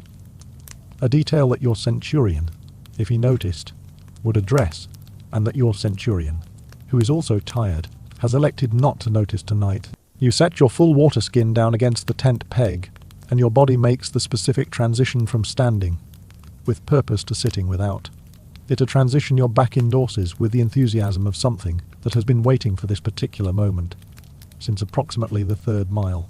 The fire is small and correctly built, contained, not extravagant, the kind of fire a unit makes when it has been doing this for weeks, and has calibrated the relationship between warmth, cooking, wood consumption, and the centurion's tolerance for fuel acquisition methods that fall outside standard supply. Your hands find the heat.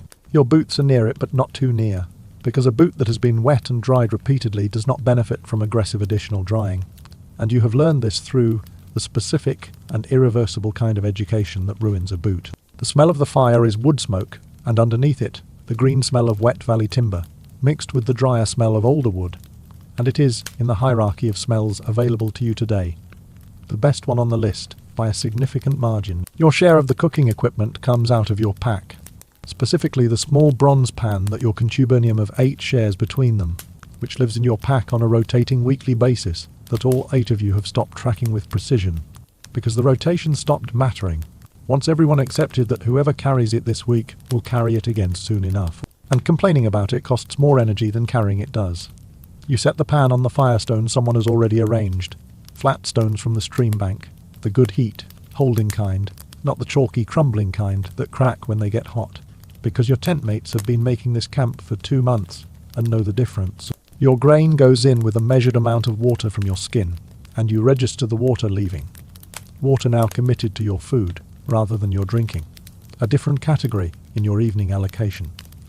A decision you make knowingly, because hot food after a March day is worth the arithmetic of what it costs. The water and grain in the pan begin to move as the heat reaches them, a slow thickening that you watch with a particular attention. A tired man gives to food that is nearly ready.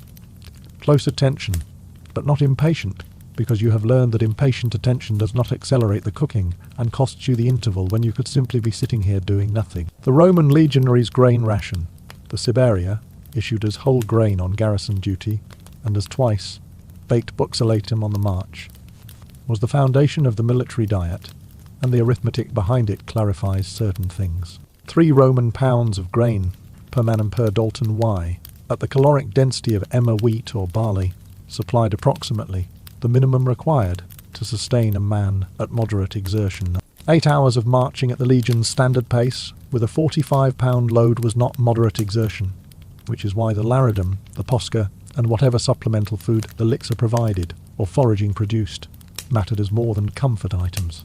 The most common field preparation was pulse, a grain porridge cooked in water until it thickened to something edible, which required both grain and a significant quantity of water, and which produced, depending on the quality of the grain, the freshness of the water, and the attention of whoever was cooking, results ranging from adequate to, on rare occasions, almost good. Roman soldiers were not, by any surviving account, enthusiastic cooks on campaign. They were enthusiastic eaters, which is a different thing, and that distinction shaped the field diet toward the practical over the elaborate. Food that could be produced quickly from limited equipment, by men who had been doing other things all day, and were going to be doing other things again tomorrow. The pulse thickens, and you watch it with your elbows on your knees, the fire warming your face, while the evening air cools the back of your neck. A thermal arrangement your body has been tolerating for enough evenings that it has stopped registering it as a contradiction. The smell of grain cooking in water is a specific smell, starchy and warm, with the mineral edge of the stream, the equators found today, coming through the steam, and your body's response to it is immediate and prior to thought. Because it is the smell of food, and your body has been marching since before dawn, and has developed strong institutional opinions about food that do not require your conscious endorsement. The laridum goes in, your portion, the dense white block of salted fat, which melts into the grain and shifts the smell from starchy, warm to something richer, fat and salt, and the accumulated culinary history of every evening. Your contubernium has cooked from the same ingredients over the same kind of fire. Your tent mates are arranged around the pan in the small semicircle of 8 men, sharing the warmth and the smell and the particular patience of people waiting for the same thing at the same time. And the smell of this specific combination of grain and fat and wood smoke and 8 tired men is on this campaign what evening smells like. You eat when it is ready, your portion in your own bowl, which is bronze and dented and has a crack near the rim that you have been meaning to address for 3 weeks. Sitting cross-legged with the bowl between your hands because it is warm and your hands want warmth more than they want to be free. The pulse is thick and slightly gritty from the grain and carries the fat and salt of the laridum through every mouthful in a way your body registers as exactly what it requires.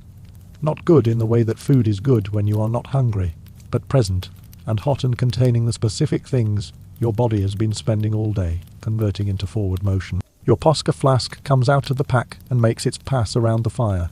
Your portion, then Marcus, then the others in the usual order, each man taking his mouthful and passing without ceremony, the flask growing lighter each time it comes back to your hand, until it returns with the weight that says the round is complete and what remains is yours for the night. You note the weight. Your bowl is empty. Your fire is at exactly the level it requires no attention for another 20 minutes, which means you have 20 minutes in which nothing is required of you, which is a resource you intend to use without qualification. The water required to cook the evening meal was not negligible in the daily supply calculation, and it was not taken from the drinking allocation without planning. Preparing pulse for a contubernium of 8 required enough water to hydrate and cook the grain volume for the whole group, a quantity that added meaningfully to the total daily water demand that the equators and the camp distribution point were required to supply.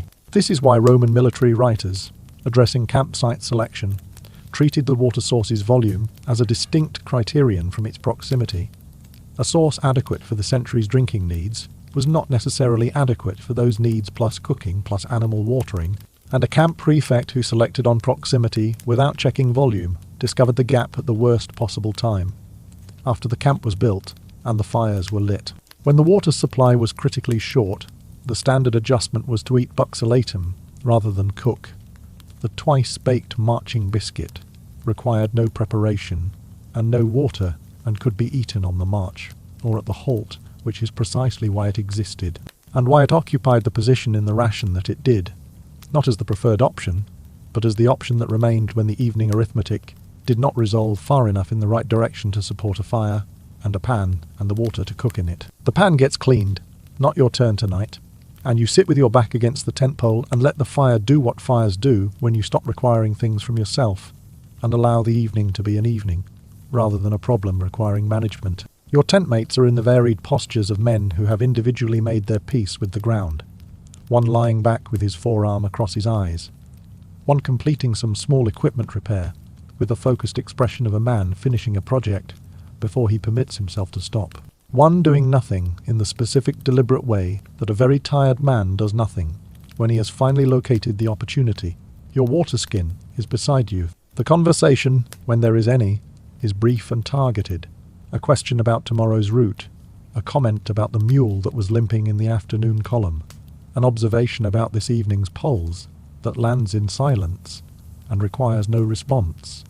Your fire is burning down toward its final useful stage. Your body is running its own quiet inventory of the day's expenditure and submitting recommendations about sleep that you are prepared to follow shortly. The watch changes at the first hour of the night, and you hear the call travel around the perimeter in the carrying voice that the night watch uses, distinct from daytime command voices, in a way you cannot describe precisely but recognize immediately.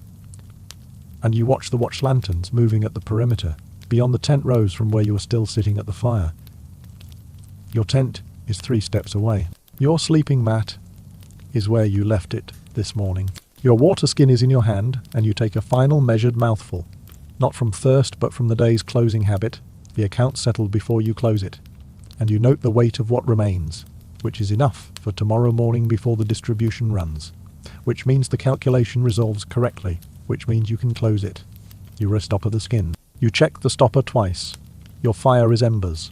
Your bowl is clean in the pack. Your boots are where you can find them in the dark if the watch calls your name before dawn, which tonight it will not, but your boots are there regardless, because the possibility that it might is the kind of possibility you prepare for, rather than assess each night on its individual merits. The contubernium, the 8-man tent group, was the primary social and operational unit of the Roman army, and the fact that it was also the primary cooking and eating unit was not incidental.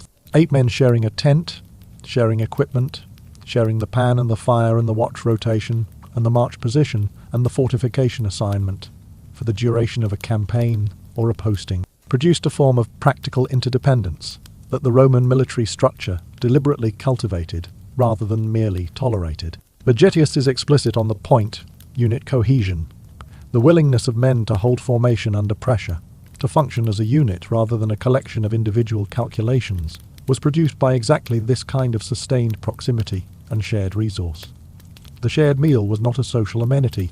It was a mechanism of military function, operating at the smallest scale and building the cohesion that appeared, at larger scales, as the thing that made formations hold.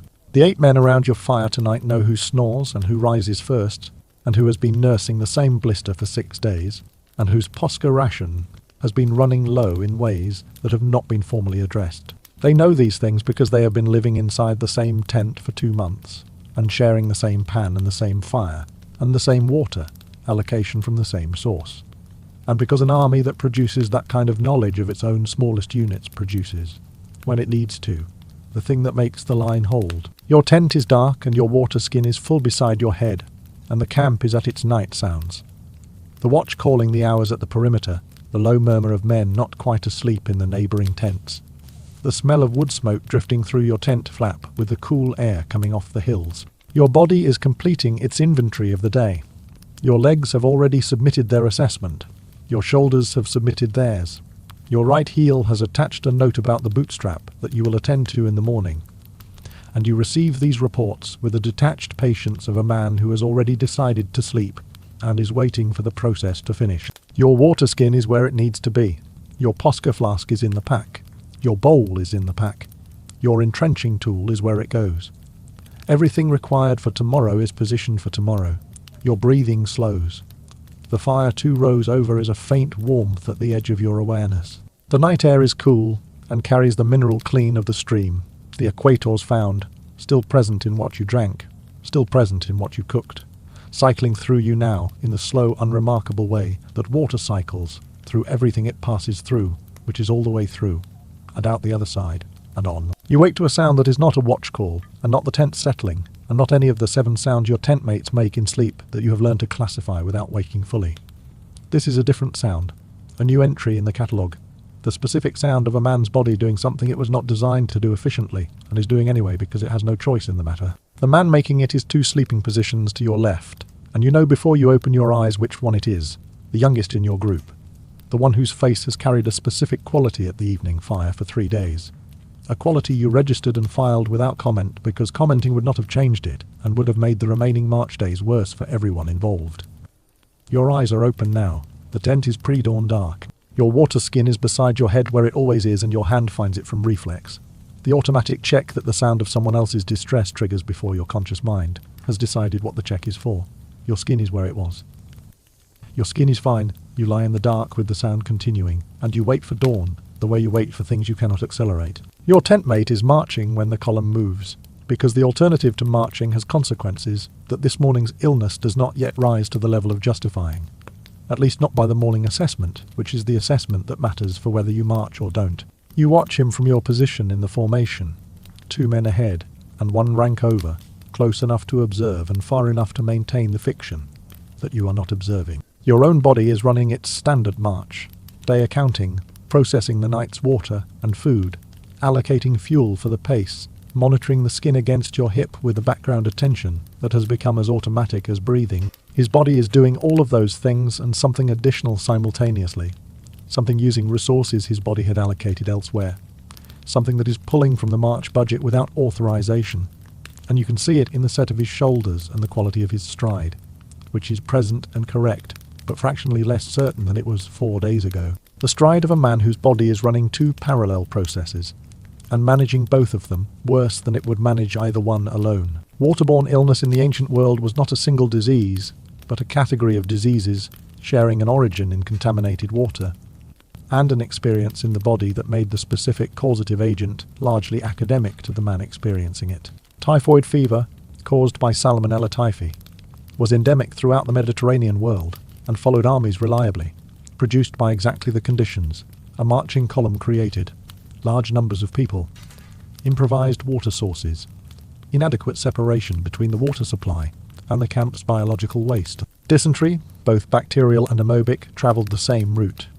Giardia, the various diarrheal illnesses that ancient sources describe under terms meaning looseness of the bowels. A clinical description precise enough to be useful and vague enough to cover an enormous diagnostic range. The Romans did not have germ theory. What they had was miasma theory, the idea that illness arose from bad air, from putrefaction, from the specific atmospheric conditions produced by swamps, stagnant water, and decaying matter. This was wrong in its mechanism, and often correct in its correlation, because the bad air of a swamp is produced by the same conditions that contaminate the swamp's water, and the Roman soldier who learned to avoid the bad air was often, without knowing why, avoiding the contaminated water that the bad air pointed toward. The theory was wrong, the behaviour it produced was sometimes protective. Ancient public health operated in this gap for centuries. The smell inside your tent on the second morning is different from the smell on the first morning, and not different in any direction that improves the sleeping experience. Your tent mate's body is doing what bodies do when they are processing something they should not have encountered. And the tent, your 8-man leather space that has been absorbing the outputs of 8 men for 2 months, has received this new contribution into its existing inventory without ceremony. You breathe through your mouth when you first open the flap in the pre-dawn. Your body's response to the smell is prior to decision, the slight involuntary lean away from the concentrated source, your position shifting toward the part of the tent where the outside air comes through the flap seam, the specific shallow breathing of a man coexisting with an unpleasant smell rather than processing it fully. Your water skin is in your hand. The smell is a message about what water does to a body when the water and the body are not a good combination, and your body is receiving the message the way bodies receive smells, directly, immediately, without needing the message translated. By the 3rd day, your tent mate falls out at the morning, halt, and your optio arranges what the Legion arranges in these situations. a place in the medical wagon, arrangements made with the nearest valetudinarium or the base medical detachment, the details of which you do not need to know and will not be told. You watch this from your place in the formation, with the attention of someone watching a process they have seen before and know the stages of. Your own body is running a parallel internal assessment, the background inventory that every man in the column is conducting when one of the 8 goes down, checking your own water intake over the last 3 days against his, whether you drank from the same source at the same time, whether your exposure arithmetic adds up to the same result, or a different one. You find no symptoms in yourself. You find the absence of symptoms, which you register with the specific cautious relief of a man who understands that the absence of symptoms on day 3 is not the same as the absence of illness, because some of these things take 4 days to announce themselves, or 5. You keep the count. The Roman legionary valetudinarium, the military hospital maintained at established forts and bases, was one of the more sophisticated medical institutions in the ancient world, which is qualified praise, but is also genuinely warranted. Excavations at Inchtuthil in Scotland, at Vettera in Germany, at Novi on the Danube, have uncovered purpose, built valetudinaria with wards, surgical area, and administrative spaces, facilities, treating sick and injured soldiers at a scale that had no civilian equivalent for centuries afterward. The Medici who staffed them were trained practitioners. Galen, who served as physician to the gladiators at Pergamon before joining the imperial court, understood wound management and pharmacology at a level that remained the high water mark of Western medicine until the early modern period. What the Medici could not do was treat the root cause of waterborne illness, because the root cause was not yet a concept available to them. They could address symptoms, the dehydration, the fever, the secondary infections, with herbal preparations, dietary adjustments, and enforced rest. They could separate the sick from the well, slowing transmission through proximity. Without understanding why proximity mattered, they could observe that men who camped near stagnant water got sick more often than men who camped near running water, and act on the observation, without being able to explain the mechanism they were acting on. The observation was enough to save lives. The mechanism waited another 17 centuries to be described. One afternoon, the equators return with water from a source your eyes register before your nose does.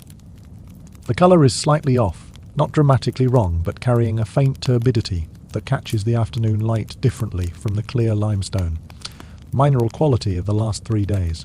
You hold your skin near the open jar when your turn comes, and the smell has the heavier organic edge of water that has been standing rather than running, darker than the clean organic smell of a stream.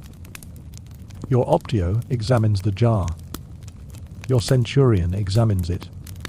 Neither of them makes a formal assessment that would require a formal response. The distribution runs.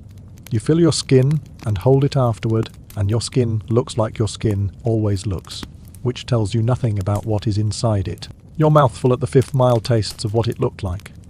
The faint heaviness present at the back of your tongue. The organic note that your mouth registers and that your mind files under information. With no available action, you swallow. You keep walking. Your skin is full of the decision, and the decision is made, and the road ahead is the same road it was before you made it. The interval between drinking and knowing is the part that nobody writes down. Your skin holds the afternoon's water, and your body is using it, and the days that separate the drinking from the consequence. 2 days, sometimes 3, sometimes 5, are days in which you carry an unresolved outcome inside you alongside everything else you are carrying. You go about your march with the uncertainty sitting in you, and you find yourself cataloguing the memory of the questionable water's taste, with a specificity you do not apply to water that registered as clean. The particular shade of it when you held the skin to the light, the organic weight at the back of your tongue, as though the memory contains information about the outcome, which it does not. Your body gives you nothing useful during the interval. Your body continues its normal accounting, continues processing, continues the march, without providing any indication of which resolution is coming. You drink your next mouthful at the measured interval. You keep walking.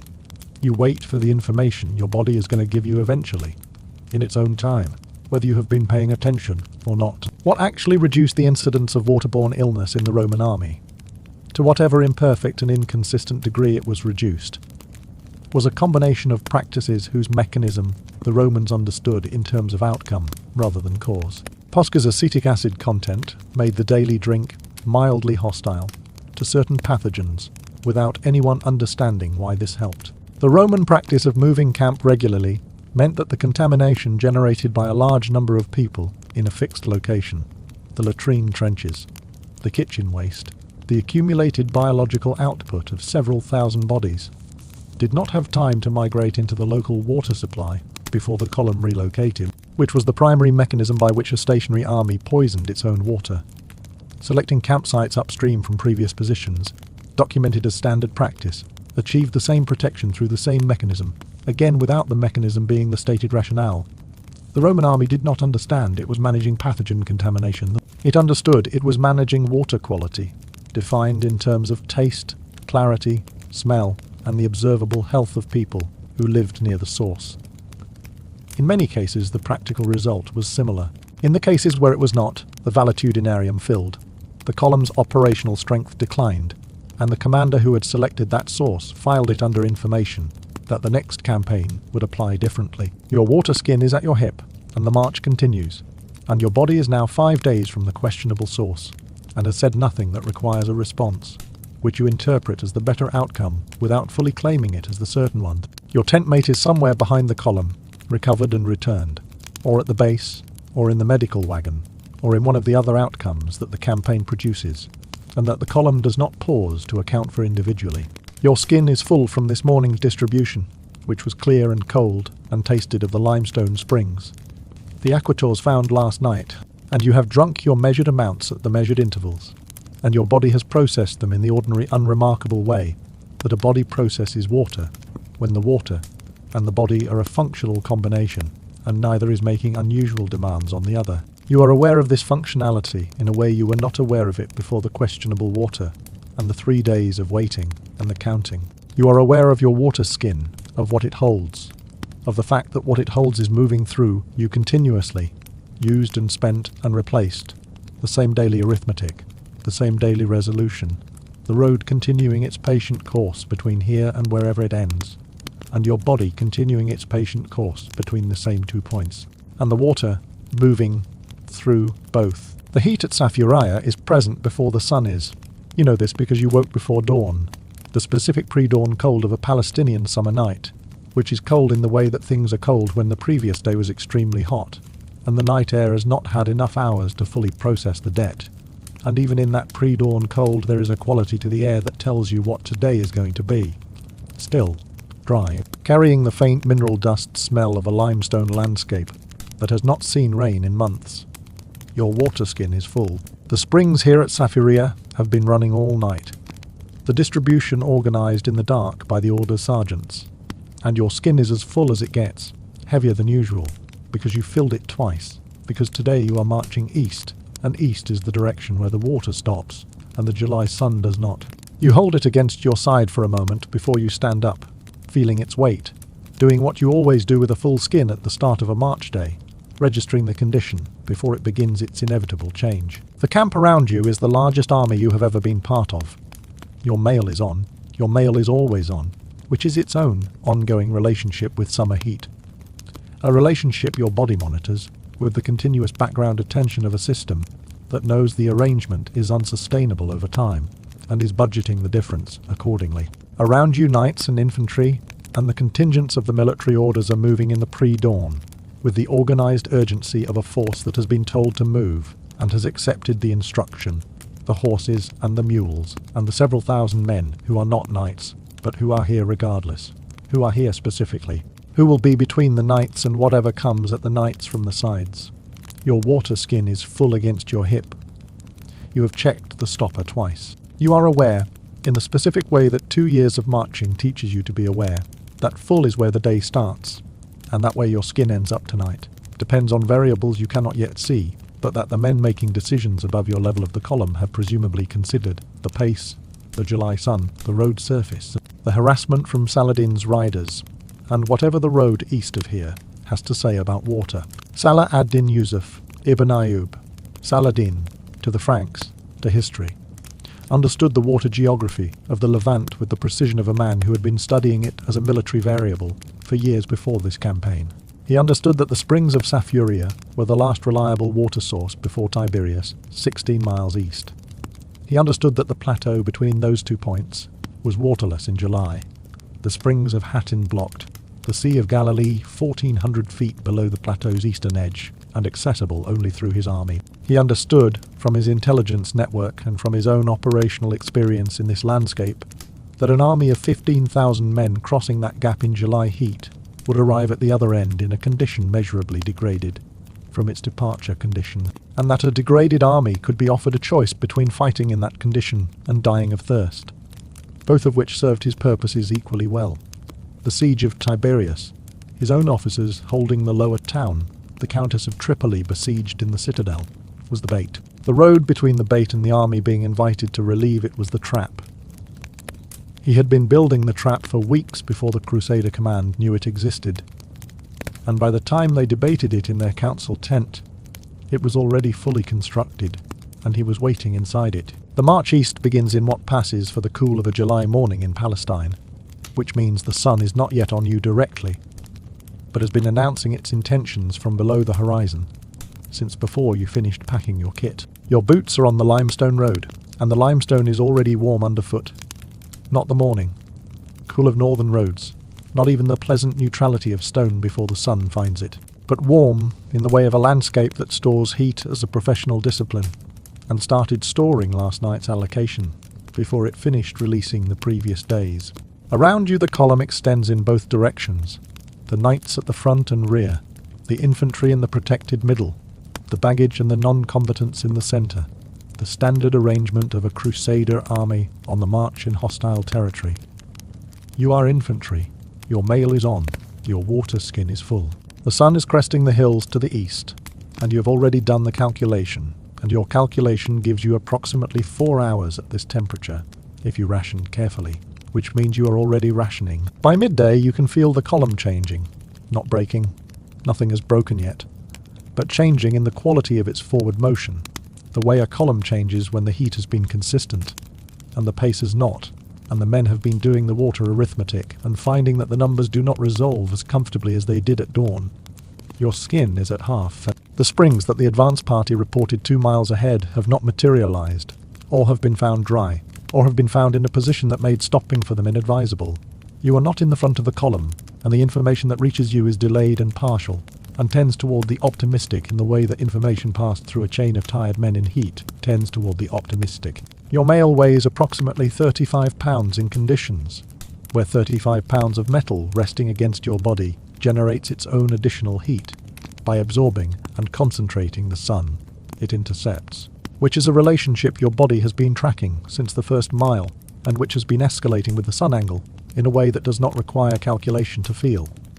Your lips have a dryness at the corners that your tongue finds when you swallow. Your next mouthful is in half a mile, and the half mile is passing, and your mouth is dry now and will be drier at the half mile, and drier still at the mile, and you have done this calculation before, in Dacian summers and Dacian dust, except that this is not Dacia. What Saladin knew that Guy of Lusignan, the Crusader king commanding the army you are marching in, did not know, or knew and discounted, or chose to discount because the politics of the command council made discounting easier than accepting it, the specific military consequences of the road they were on. Raymond of Tripoli, lord of Tiberias and the man whose wife was in the besieged citadel, had argued for staying at Saphuria. Let Saladin come to us, where we have water and chosen ground, and let the strategic initiative cost him instead of us. The argument Raymond lost was recorded by multiple chroniclers, and was not, at its core, a tactical argument about formations or terrain. It was a water argument, whether an army marching east across a waterless plateau in July would arrive at the battle in the condition the battle required. Raymond understood from years of operating in this landscape that Saladin had positioned himself between the Crusader army and every water source east of Saphuria, and that the column now marching toward those sources was marching into a door that was closing. The command council decided otherwise. Gerard de Ridefoot, master of the Templars, carried the argument for movement. The army moved. The harassment begins in the early afternoon. Mounted archers working the flanks, not pressing for a full engagement but maintaining contact.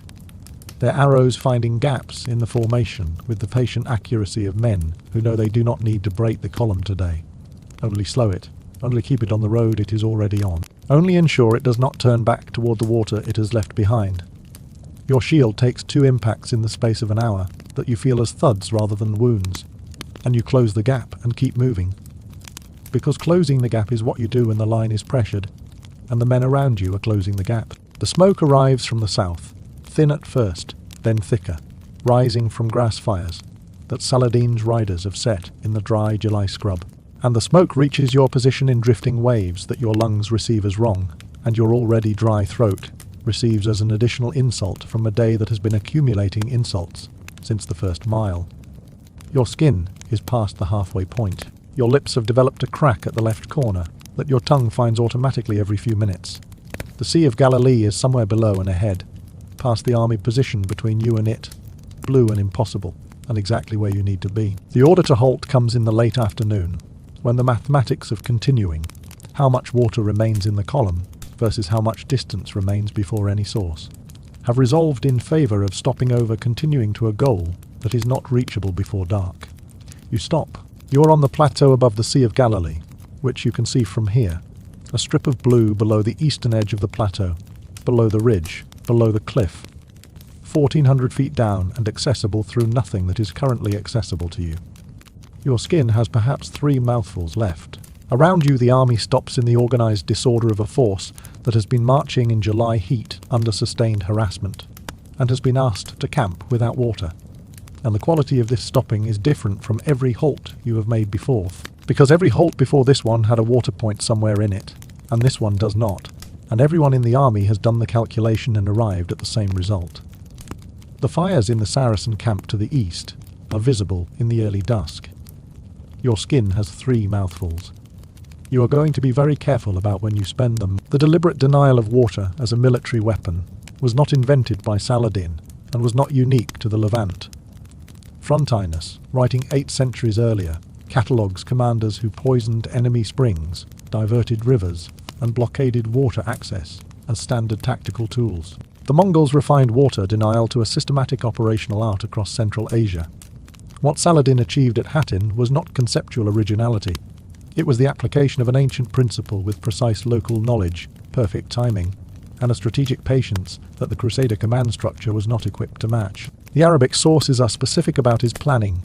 Ibn al-Athar, Imad ad-Din al-Isfahani, and Baharad, Din ibn Shaddad all document the deliberate construction of the situation, the provocation of the Tiberias siege, the positioning of the army between the Franks and the lake, the supply boats on the Sea of Galilee, ensuring his own forces had water while denying it to theirs, the blocked springs of Hattin, the riders keeping the column on the road and moving east rather than turning back towards Sefuria. The battle had been decided in its most important dimension before a single formation was engaged. What remained was the morning, and the sun, and the thirst, and whatever the men on the plateau could do in that condition, which Saladin had already calculated. You lie on the plateau of Hattin in the dark of the 3rd of July, 1187, with your empty water skin beside you. The Sea of Galilee is visible from where you lie if you raise your head. A faint silver strip in the dark below the eastern ridge, close enough to see in the darkness and unreachable, in every practical sense that your body understands. 1,400 feet of cliff, and Saladin's entire army standing between you and it. Your mouth is dry in the way that a day of heavy exertion in July heat makes it dry. Not the morning thirst that 2 mouthfuls would have addressed 6 hours ago, but the deeper, more insistent dryness of a body that has been spending water faster than it has been replaced, and has run the deficit past the point where the body can manage it quietly, and must now manage it loudly, as the primary fact of your existence rather than a background variable. Around you 10,000 other men are lying on the same plateau, with the same empty skins, and the same view of the same unreachable water, and the same arithmetic, which all of them have done, and none of them can change. The fires in the Saracen camp are visible across the plateau to the east. Tomorrow the army will fight. You close your eyes and the water is right there below, visible in the dark. And it has been right there for hours, and it will still be right there in the morning, and in the morning none of that will matter. The morning comes the way mornings come in July in Palestine, not slowly, not gently, not with the gradual lightening of a morning that intends to ease you into the day. It arrives.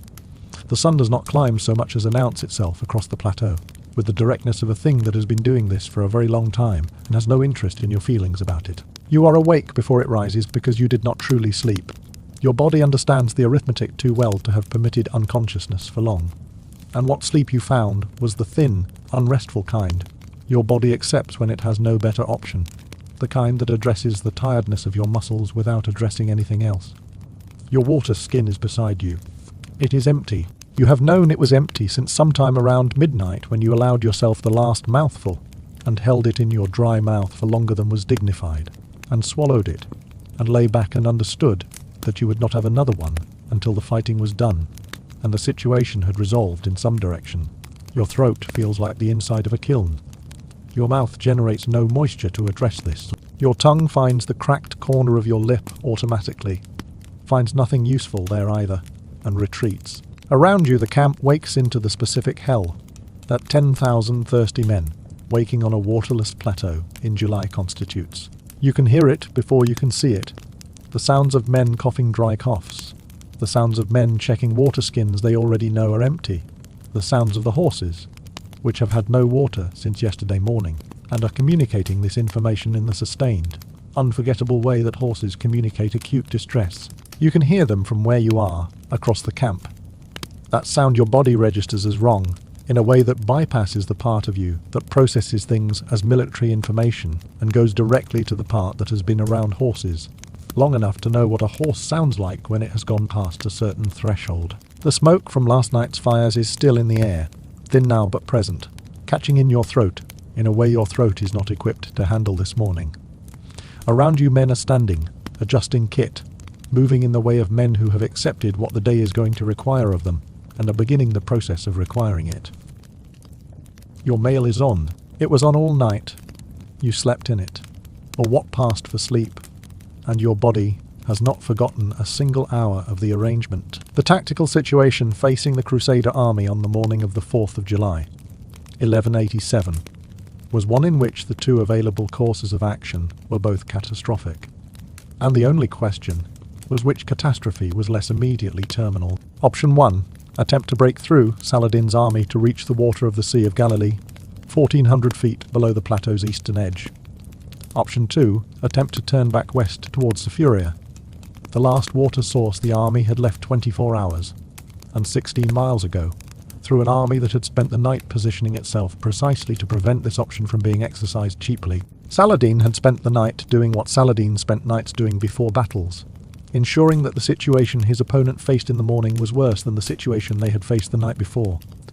His forces had moved during the darkness, not attacking, not pressing, simply repositioning to close the options further. The Crusader command met in the pre-dawn and concluded, with the limited data available to commanders who had spent the night thirsty on a waterless plateau, that forward was better than backward. This conclusion was correct in exactly the sense that being stabbed is better than being stabbed twice, which is to say it was a meaningful distinction that did not substantially alter the underlying situation. The order to form up reaches you through the standard chain that orders travel through, which means it arrives with some delay and some degradation, and you receive it not as a fully formed tactical instruction, but as the version of itself that has passed through several increasingly tired men and been simplified accordingly.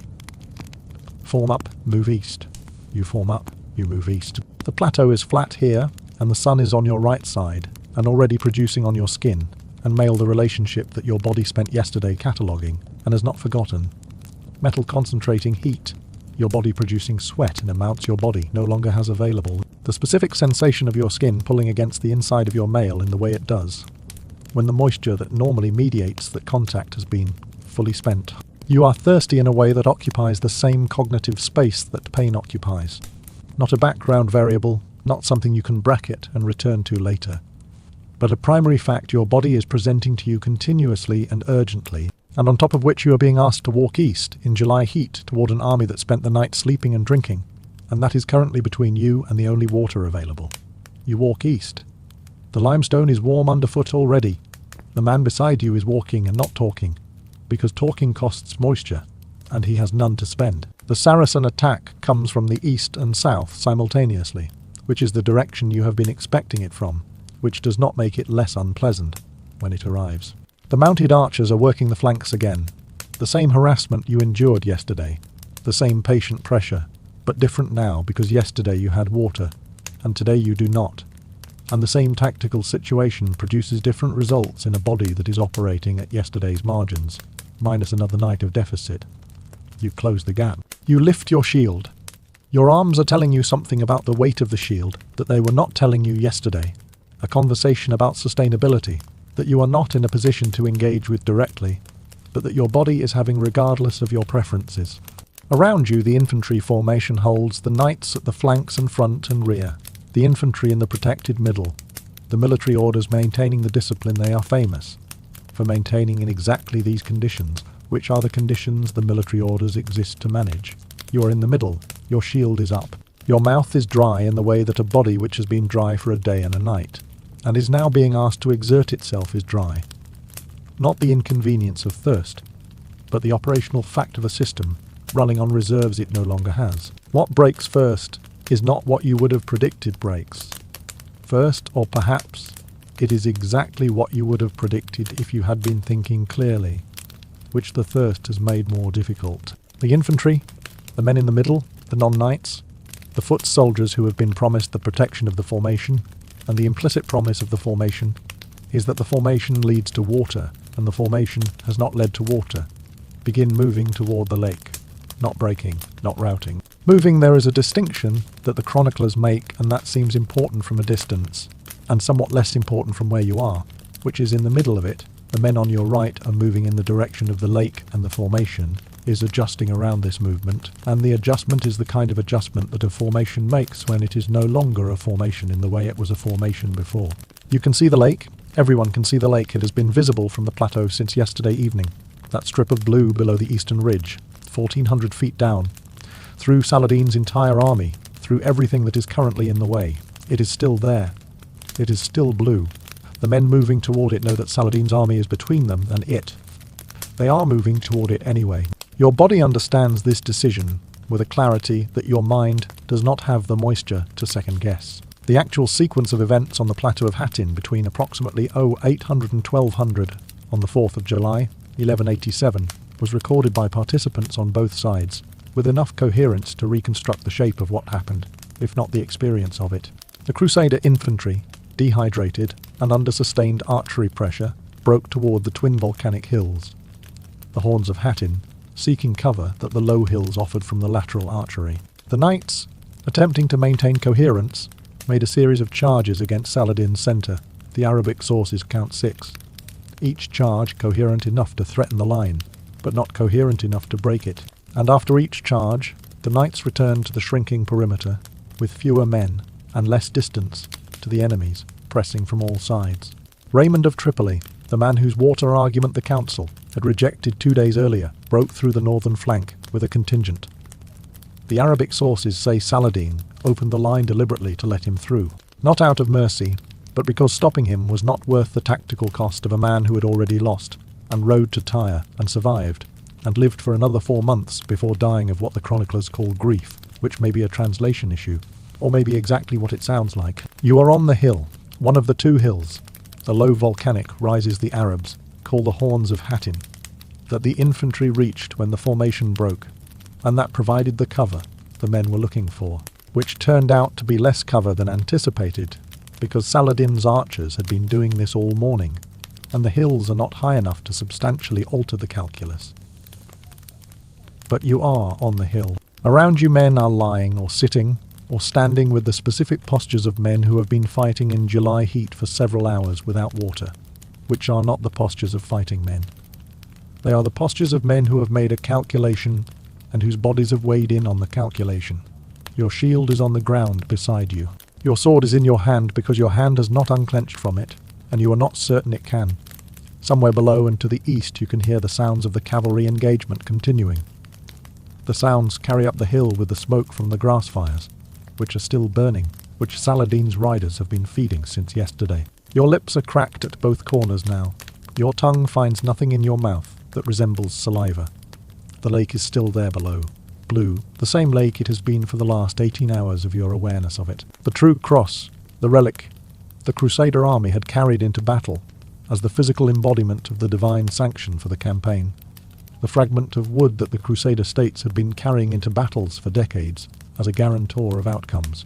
The object that Patriarch Heraclius had specifically sent to the field, because the military situation seemed to require visible divine involvement, was captured by Saladin's forces sometime in the late morning, when the unit carrying it was overwhelmed. The chroniclers, both Crusader and Arabic, record its capture with the gravity appropriate to the object's symbolic weight. Imad ad-Din al-Isfahani, Saladin's secretary, and one of the battle's most detailed witnesses, describes the moment with language that suggests he understood he was watching something that would matter in the telling: the banner falling, the men around it overwhelmed. The object that the Franks had believed protected them from exactly this outcome, now in the hands of the people it was supposed to protect them from. This is not the kind of irony that history offers often or gently. The true cross never returned to Crusader hands. Saladin offered it in negotiations multiple times in the years afterward as a bargaining chip of recognized value, and the deals never completed, and the relic eventually disappeared from the historical record entirely, which is the most fitting possible ending for an object that was supposed to prevent exactly what happened at Hattin. The battle ends for you not in a dramatic moment, but in the way that things end when your body makes the decision before your mind does. You are on the hill. The men around you are sitting or lying, and the sounds of organized resistance have changed into sounds that are something other than organized resistance. And the decision that your body has arrived at is the decision that 10,000 other bodies on the same hill have arrived at, for the same reason, in the same sequence. Your water skin has been empty since midnight. Your throat has not produced anything useful since sometime yesterday afternoon. The sun is directly overhead now, or close to it, and you are on a volcanic hill in July with no shade and no water, and the battle has resolved in the direction it was always resolving, which Saladin knew before it started, which Raymond of Tripoli knew before it started, which your body has known since yesterday morning when your mouth first began to accurately report on the situation. You lower your sword. You are thirsty in a way that makes the word feel insufficient. Thirsty, the way a man is thirsty, who has marched 16 miles in July heat and fought a morning battle in mail without water. Which is to say, you are thirsty in a way that has moved entirely out of the register of discomfort and into the register of the single most important fact about your current existence. Around you, men are lowering their weapons.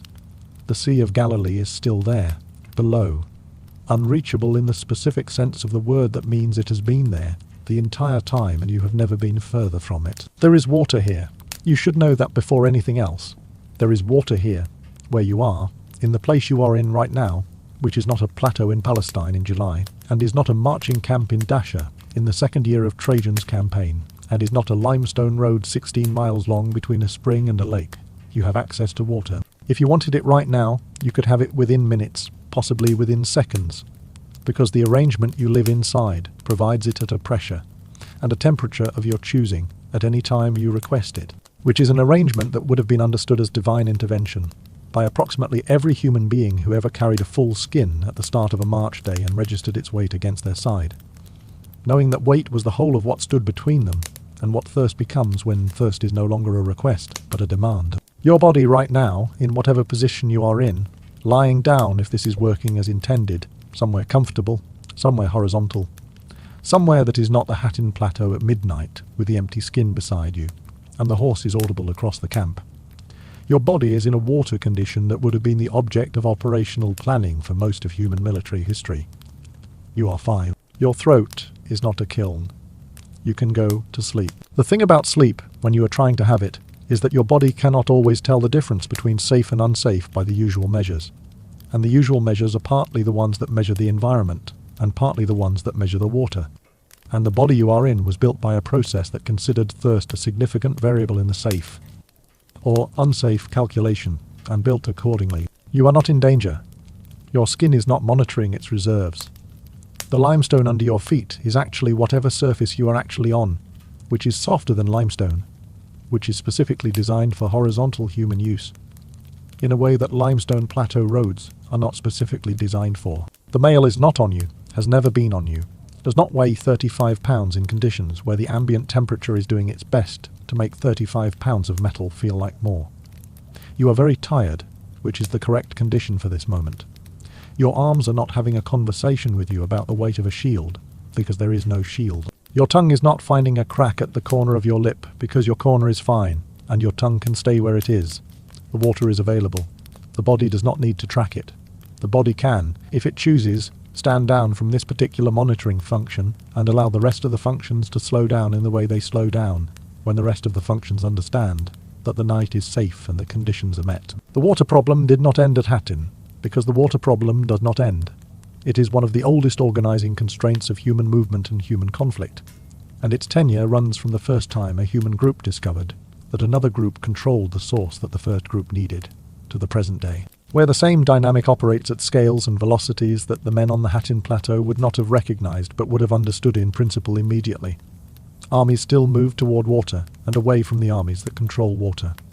Cities still grow at the points where water and human movement intersect.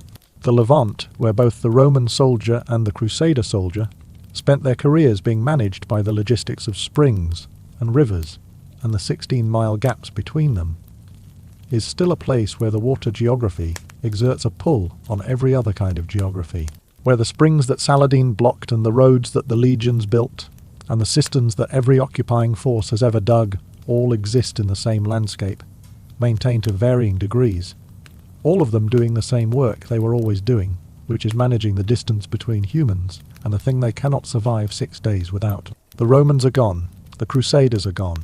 The water is exactly where it always was. You are horizontal. This is not incidental. Horizontal is the condition your body has been moving toward since you became aware that this was an option. Since the vertical requirements of the day began to decrease and the horizontal option came into range, and your body started calculating the distance to it with the same continuous background attention that a marching column tracks the distance to the next water point. You are there now. The distance is 0. Your body is doing the thing bodies do when the vertical requirements are gone, and the horizontal is achieved, and the conditions that required tracking have been assessed as met. It is beginning the long process of not being awake anymore, which is a process that starts at the edges and moves inward, the way water empties from the edge of a skin before it empties from the middle, the way a column's rear reaches water last, the way sleep comes for you now. At the edges first, the peripheral things quieting before the central things, your feet releasing the memory of the road before your mind releases the memory of the day. The weight you are not carrying becoming easier to not carry the further into the process you go. You are warm enough. You are not too warm. The temperature situation is resolved in a way that the temperature situation was not resolved for anyone in this story, and your body knows this and is applying it to the calculation. And the calculation is resolving in the direction that the calculation is supposed to resolve. The Roman soldier carrying Posca through the Dacian campaign in 105 AD did not know what Posca was, in the sense of knowing the chemistry. He knew what it did, which is what soldiers know about the things they carry, and what it did was keep the water safe to drink long enough to be useful, which in the late second year of a Dacian campaign was the entire Bolga. May, the compound that made Posca work, the acetic acid in the vinegar, lowering the pH of the water below the survival threshold of the microorganisms that made untreated water into a different kind of logistics problem, was not understood as such, was not named, was not theorized. It was known in the way that useful things are known before they are explained, by the outcome it produced, by the men who were still standing at the end of the march versus the men who were not, by the centuries of accumulated operational experience that the Legion carried in its practices in the same way it carried its water in its skins, as a thing that worked because it had always worked, because the army that stopped doing the thing that worked did not survive to tell you whether it worked or not. The explanation came later. The Romans were ahead of their own explanations, marching into Dacia with acid chemistry they could not have named, making decisions about water that saved their lives for reasons they would not have articulated in those terms. Your breathing is slower now. This is not a thing you decided. It is a thing that is happening while you are becoming less involved in the decision, making processes that govern your immediate state.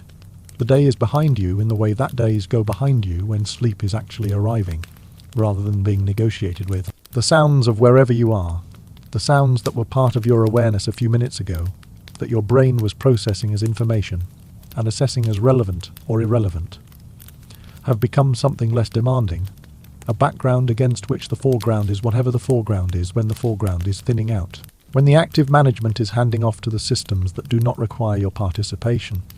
when the body and the environment have reached the agreement they reach every night, and that your body has been trying to reach for longer than you have been aware of trying. You are not on a plateau. The fires across the plateau are not your fires. The horses are not your horses. The empty skin beside you is not your skin. Your skin is full, or full enough, or it is not something your body is currently monitoring, because your body has assessed the situation and found the situation acceptable, which is what the situation is. Acceptable, adequate, resolved in the direction of resolved. The horns of Hattin still exist. This is one of those facts that history produces occasionally, where the physical location of the thing outlasts everyone who was ever at the thing by enough centuries to become strange. Not historical in the sense of important, but distant, but historical in the sense of you, cooled, there you cooled stand. The hill is still there. The twin volcanic rises above the Sea of Galilee, the plateau where Saladin blocked the springs and waited, the road that runs west to where Safuria was, the lake that is still 1,400 feet below the eastern edge.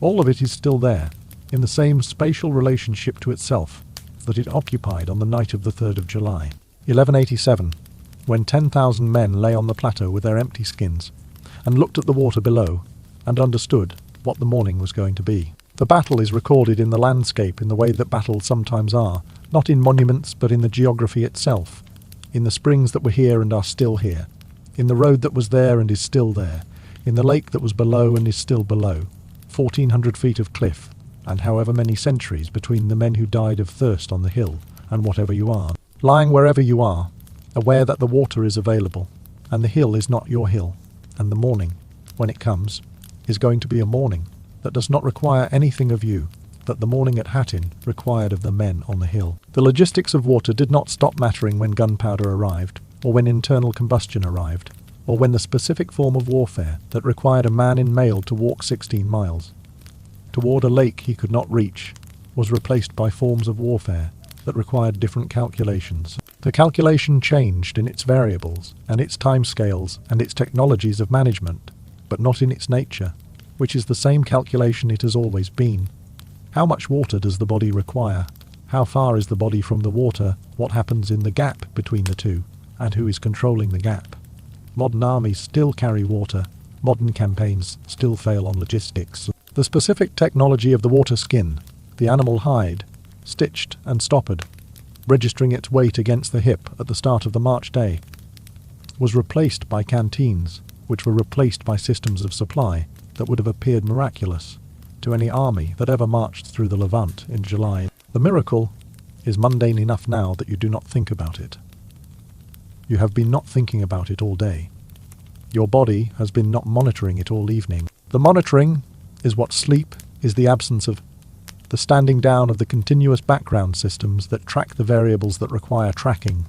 When the variables have been assessed as within range, when the night is long enough and the water is close enough, and the distance to the morning is far enough that the body can finally, in the specific biochemical sense of finally, stop. Sleep, when it comes correctly, comes the way water comes when you have been thirsty. Not all at once, but in the sequence that the need was building in, the edges first, the peripheral awareness going quiet before the central awareness follows, the far margins of your attention releasing before the near margins do, and the near margins releasing before the last thing releases, which is the awareness that the process is happening, which is always the last thing to go. You are in the later stages of this process. The far margins have been quiet for a while now. The near margins are doing the thing near margins do when they are preparing to follow. Your body is warm in the way of a body that has settled into its surface, and its surface has settled into its temperature, and the temperature situation is not a situation anymore, just a fact, just the environment, just the given background of the world you are in right now, which is not a March day and not a plateau, and not a July in which the water is a calculation that must be managed with continuous attention. Your water skin is full. You do not need to check it. You checked it this morning by existing in the world that you exist in, which provides the thing without the checking, which is the condition your body has been trying to produce for itself since long before you were born. Since the first human body understood that the distance between itself and the water was a variable that determined everything else. The distance is zero, the skin is full. The morning will not require what the morning at Hattin required. You can let the last thing go. The water is right there. It was always right there. you have it. Go to sleep.